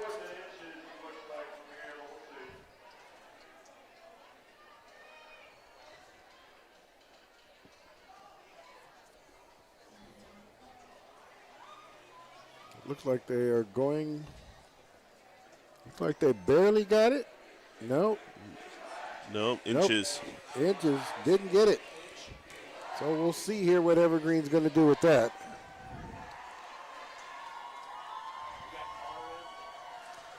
We're going to measure it again. We're going to find some hash marks. Make sure that line is straight. Yeah, right.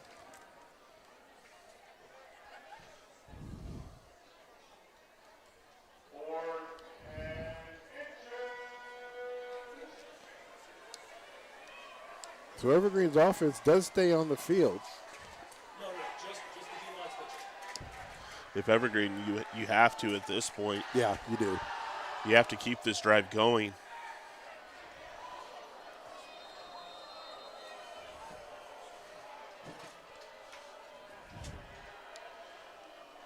At this point, you just give the ball to your biggest fullback, your biggest guy that can run downfield.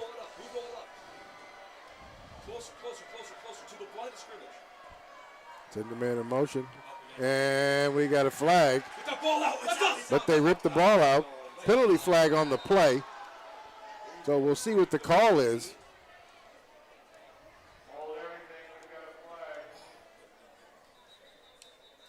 The flag looks like it might be against Glacier Peak.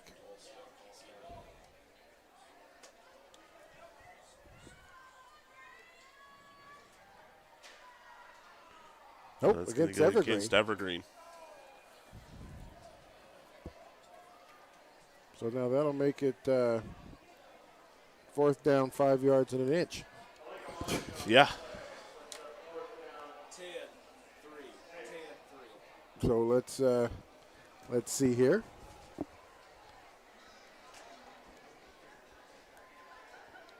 Check. Go rip. Evergreen still hasn't called for their special teams.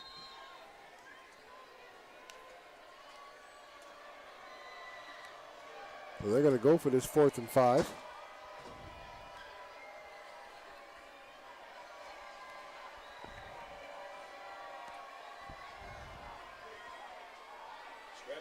Go get it, Zay. Go get him, Zay.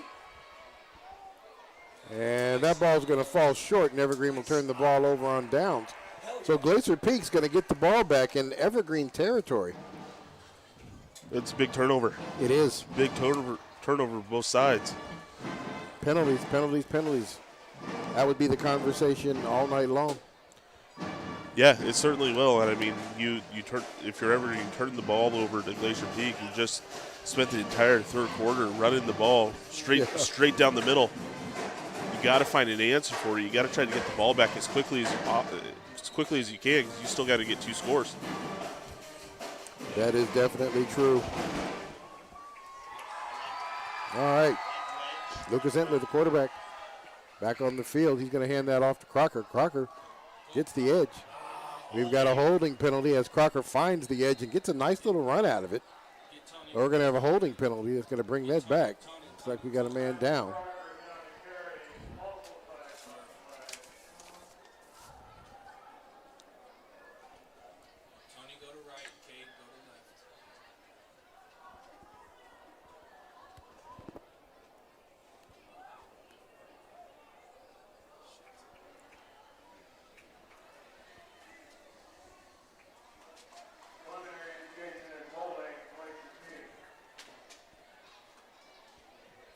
Good deal. Young man's able to get up.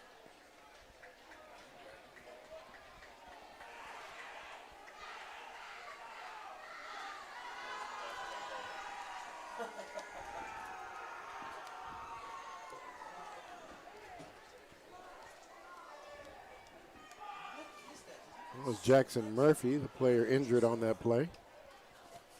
But he was able to walk out, so hopefully we'll see him a little later on.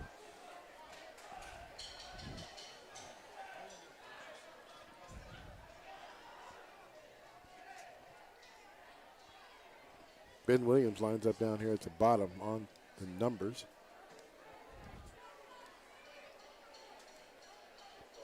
Strong side into the boundary.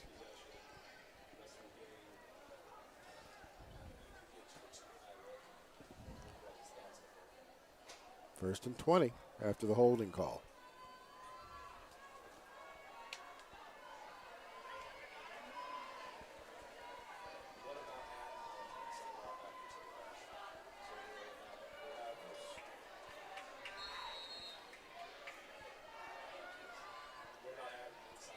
Oh. Hard count there. Got the Evergreen Plainsmen to jump, so they'll get back 5 of the 10 they lost. First down and 15. And here comes Murphy back. Oh, no, I take that back. That was a different person coming into the game.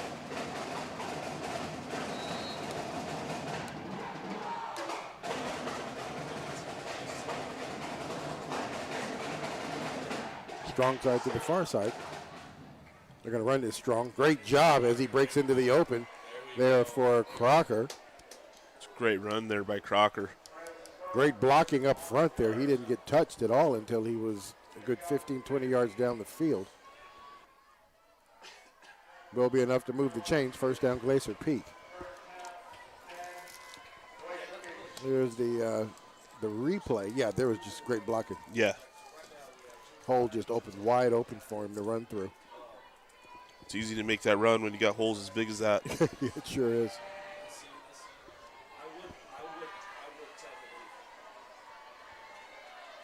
Counter, moves the ball in the other side. That ball's going to get dropped. It's going to hit the turf. Looks like it is recovered by Glacier Peak, but Owens actually dropped that football on that play. Yeah, he got luck. He sure did. He lucked out there. That'll get him pulled back out of the game, too, as Crocker comes back in. Good run, just got to hold on to the ball. See the replay here. There it is. Got in behind Owens, his pullers. the ball just gets stripped out.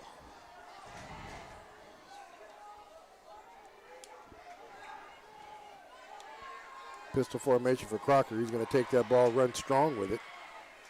He'll get wrapped up almost immediately. He'll get about a yard.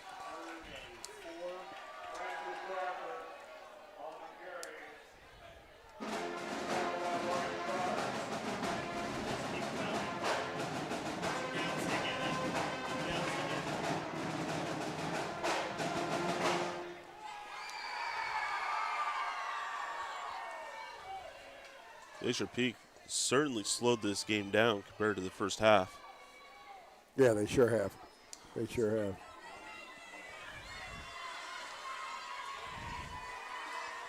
Game clock down inside 10 seconds. Enough for the first down as he comes up and takes a good little pop there. Yeah, Josiah Alanis with the hit. Good tackle.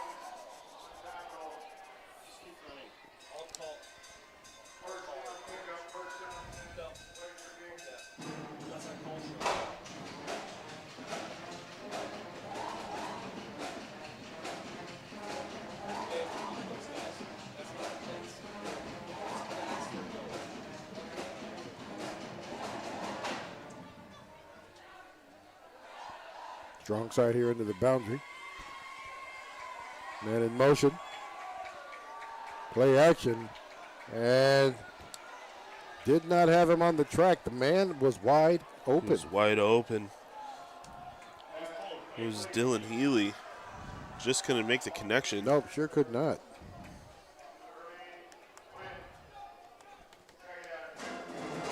Good play call on that one. Just got to make the connection. He was clean post. He just had to throw it out there and let him run underneath it. Yeah, I mean, I think he caught the defense slipping. I mean, they spent the last 10 minutes running the football. Yeah. All right, bunch slot here into the boundary. Going to hand this one off, run it weak.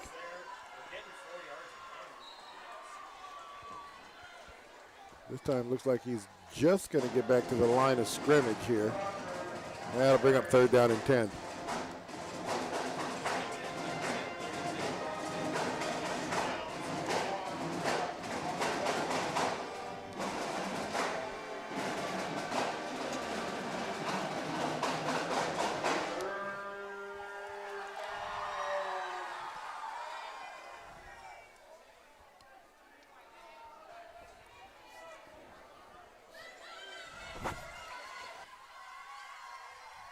All right, man in motion. We're going to hand this one off. This time there is nowhere for him to go as he actually loses yards on this play. A good stop there by Mark Williams Jr., number 10. That'll bring up 4th down now and 11, so they're going to lose a yard on this play. Great defensive stance there by the front three and the backers on that play as they are there to make the stop. Let's see what Glacier Peak decides here to do. They may continue to run this time off the clock. Looks like that's what they're going to do. They're going to end up calling it timeout or. So they do call the timeout before the time runs out on the field clock. 6:32 left to play in the game. Glacier Peak winning the game 14-0 right now. Haven't really done much in this second half here at all, but fortunately they were able to do some things in the first half that have them in a pretty good position right now. Yeah, I mean, I think I almost disagree with you. I think what they've done is they've managed the game in this second half. Evergreen has not been threatening on the offensive side of the football at all. And so when Glacier Peak is on offense, they've been managing the clock. They've been managing the game to try to get the win. And so they know they don't need to score another touchdown. They're certainly going to try, but their clock is their friend and just running that time down. No, I get what you're saying. I get what you're saying.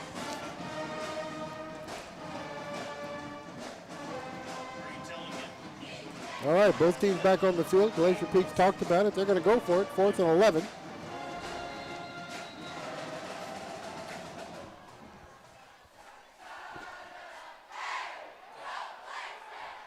And they got a man up front. And great defense there by the Evergreen Plainsmen. And now Glacier Peak's going to turn this ball over on downs. Yeah, Evergreen's got to find some spark offensively. They need a quick score now. Yes. And then a defensive stance. The defense needs to do something. Right. They need to do something. They can't let these guys hold on to the ball that long.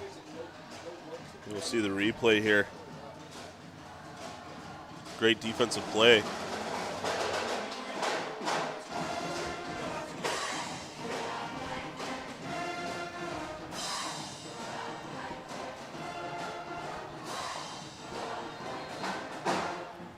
Yeah, I mean, Evergreen needs to start running their 2-minute drill now. Yeah, most definitely.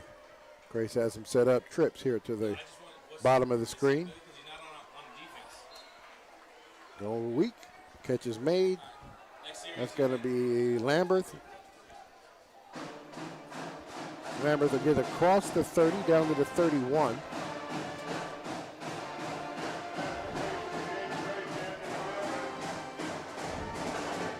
Second down.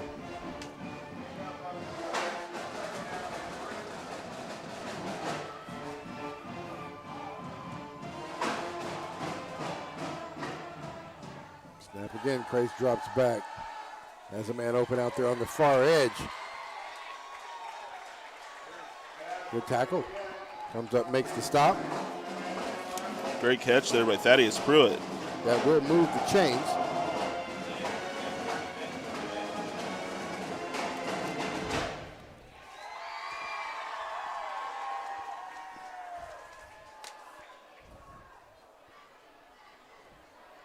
Now we have flipped the trips. Trips over there to the far side.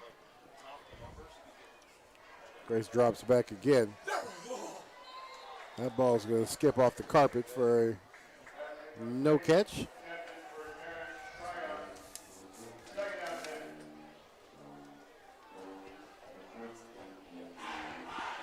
Collier Bell there in the general vicinity. Real close to a pick. If the pass had been thrown better, it might have been picked off. Yeah, I think you're right.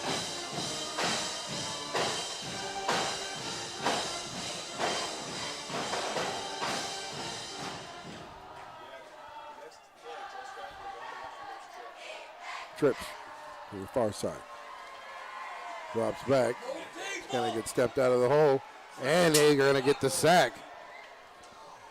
Crace constantly looking up the field, trying to find one of his receivers open. Trying to wait it out, and the defense just collapsed on him. Takes a big sack there. Yeah, big sack by number 66, Dade Chapman. Coming up big. Here's the replay. You see him get through the line. Yeah, you can't take a sack that big. You got to let that one go. Great work by that young man.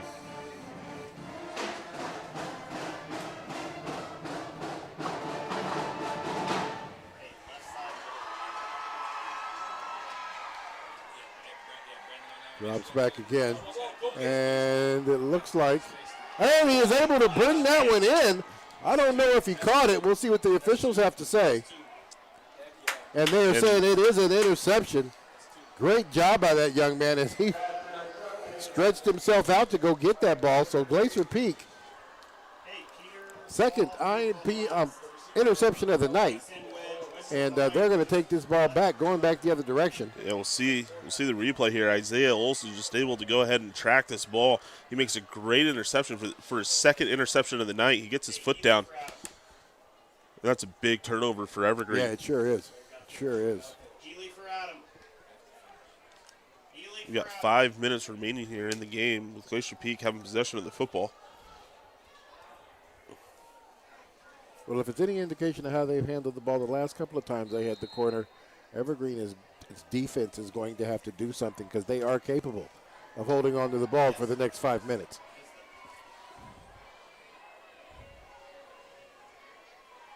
Hands that ball off.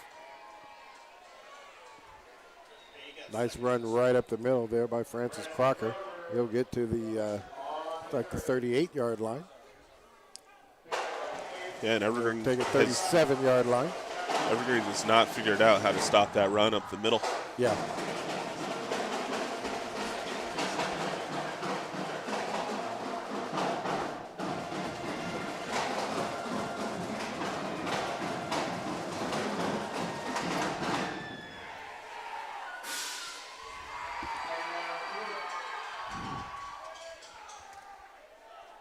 Big push, the strong side. There's that hole again.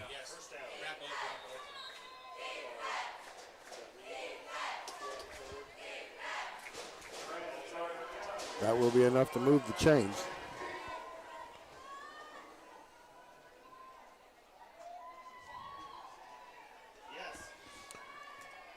Now, one of the things that's happening out here for these guys is Glacier Peak is coming out with a definite strong side of the ball, and then they're running the running back weak, and then sealing, and there's holes all day long. Yeah.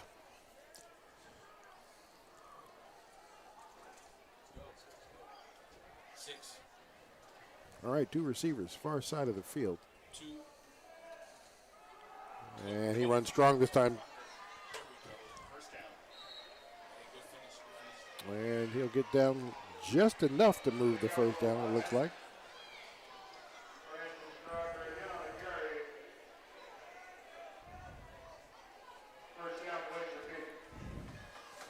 Glacier Peak with another first down. The chains move. 3:37 left to play in the game.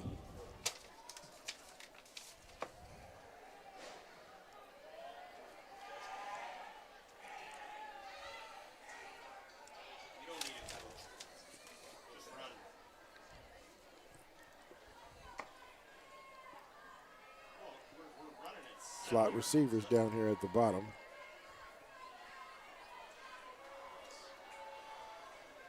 No penalty flag on that one. Hand the ball off again.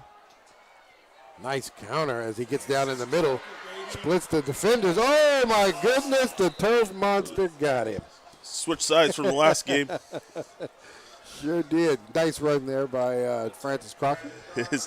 His mind was running faster than his feet would allow him to. Yep. It was a great run by the young man. He saw open field. Great blocking up front. They pulled the lineman down inside the hole. You see this when you see these 2 linemen right there as they get down inside the hole and just seal it for him. He's just runs right through everything, splits the safeties, and then that cricket tripped him. Yep. All right, first down and 10.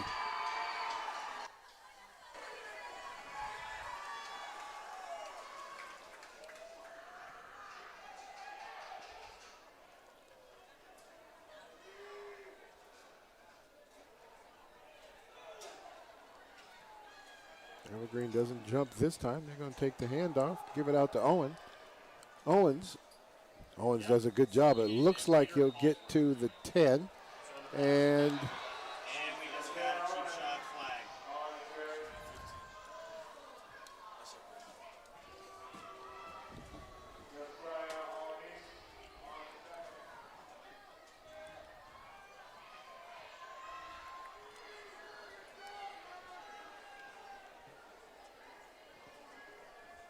a little extra aggressive on that one.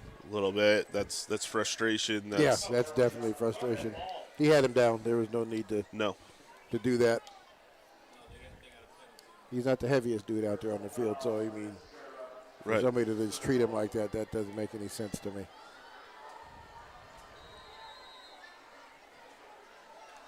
Personal foul walked off. That's going to bring up first down and goal for Glacier Peak.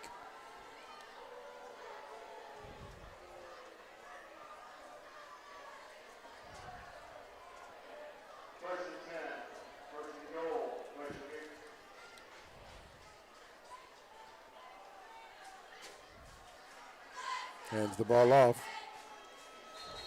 Contact almost immediately. They get down to the 5-yard line. Second down. From there, Mekhi Miller with the tackle. Under 2 minutes left to play. Evergreen's going to call timeout. 1 timeout remaining. Both teams, each 1 timeout remaining in the game.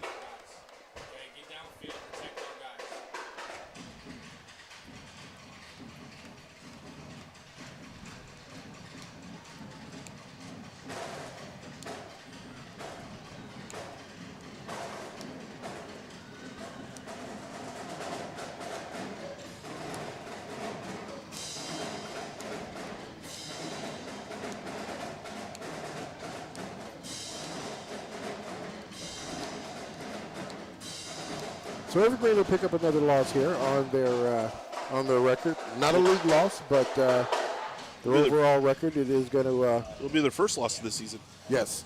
Yes, you are correct.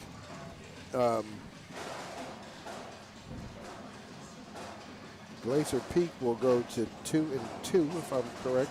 Yes, they will.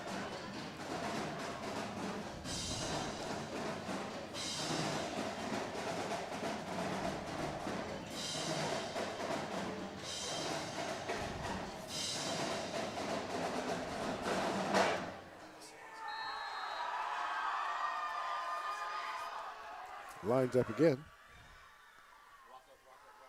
And they're going to have him just shy, it looks like.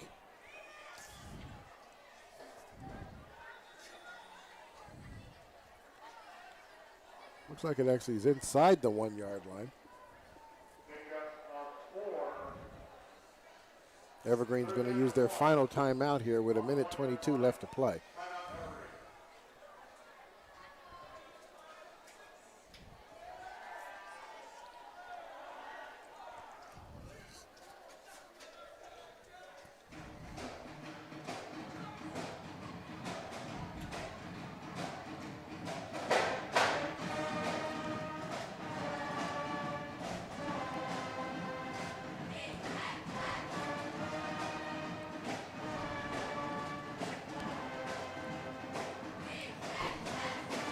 So we definitely want to thank everybody who joined us here tonight for the game. If folks were able to pick us up out in the Glacier Peak area, we definitely do appreciate that. Friday Night Football down here in Vancouver, Washington, here in McKenzie Stadium. Have a couple of more games this season. Make sure you stay on top of that. Take a look at the paper. It always lets you know when we're going to be out doing games. Make sure you share that information with your friends and family, so we can have folks out there enjoying these games from all over the area. Yeah, looks like next time we will be live will be October 6th. Good. Who's the teams on October 6th? As we got a touchdown as they push the score up to 20-0. October 6th, the early game starting at 4:30 is going to be Kelso versus Heritage. Then the 7 o'clock game will be Prairie versus Mountain View. So Mountain View again. Well, that'll be nice to be able to watch the Mountain View game again. Looking forward to that next month.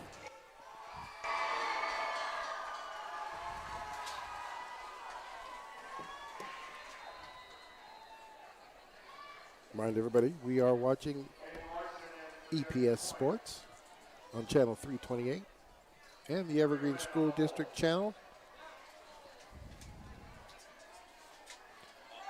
on, and that's going to be good. Yes, and you're watching this on YouTube as well. So 1:19 left to play in the game. Only score so far in the second half. Glacier Peak once again with the touchdown. 21. Yeah, Crocker here with the push to the end zone.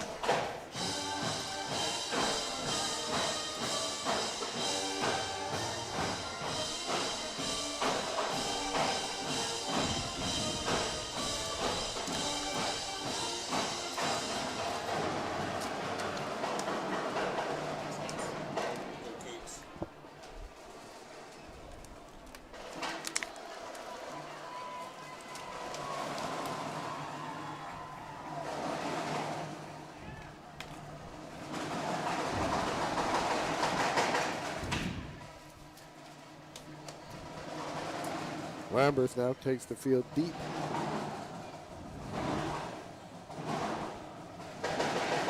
Stands down about the 15-yard line. Glacier Peak ready to kick this one off.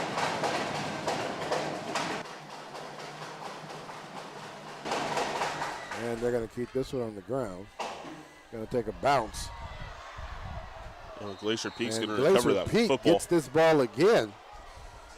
As the squib kick works to their favor, Evergreen not able to get their hands on it. Glacier Peak gets up the field and makes the recovery. Yeah, you know, I mean, this is just feels like the Evergreen team just wasn't here tonight. No, not the team that we have seen earlier in the season, and the team that you felt like is They come into this game 3-0. Yeah. You thought maybe you would have saw the offense a lot more high power than we're seeing today.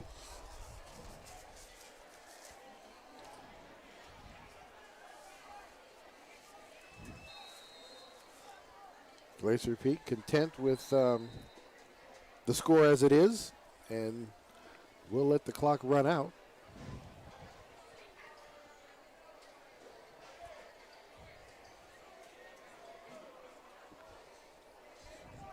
I'll have to take one more knee here.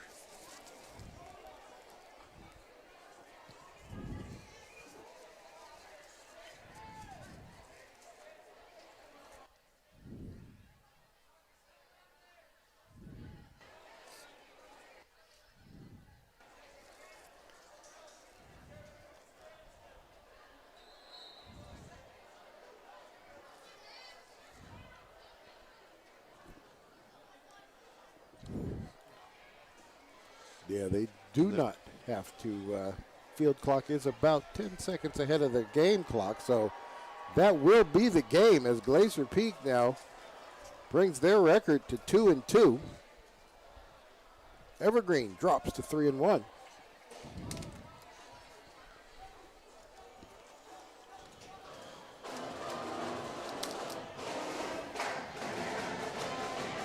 Well, aside from the penalty flags and the penalties on both sides of the field, Glacier Peak wins this game simply by being able to control the clock. Yep. In the last 2 quarters of this game, they just ran the ball. 2/3 of each one of the quarters belonged to these guys as far as possession was concerned. They didn't even score until we get to the end here, the 4th quarter, to bring the score to 21-0. Defensively, both teams played much better in the second half. Yeah. E-Green comes out with their first loss of the season. Glacier Peak now 500 ball club, 2-2. I want to thank everybody for joining us tonight here at McKenzie Stadium. Rodney Lawrence, Ryan Vassbinder. Remember, this is EPS Sports, and we'll see you next month. You guys have a great evening.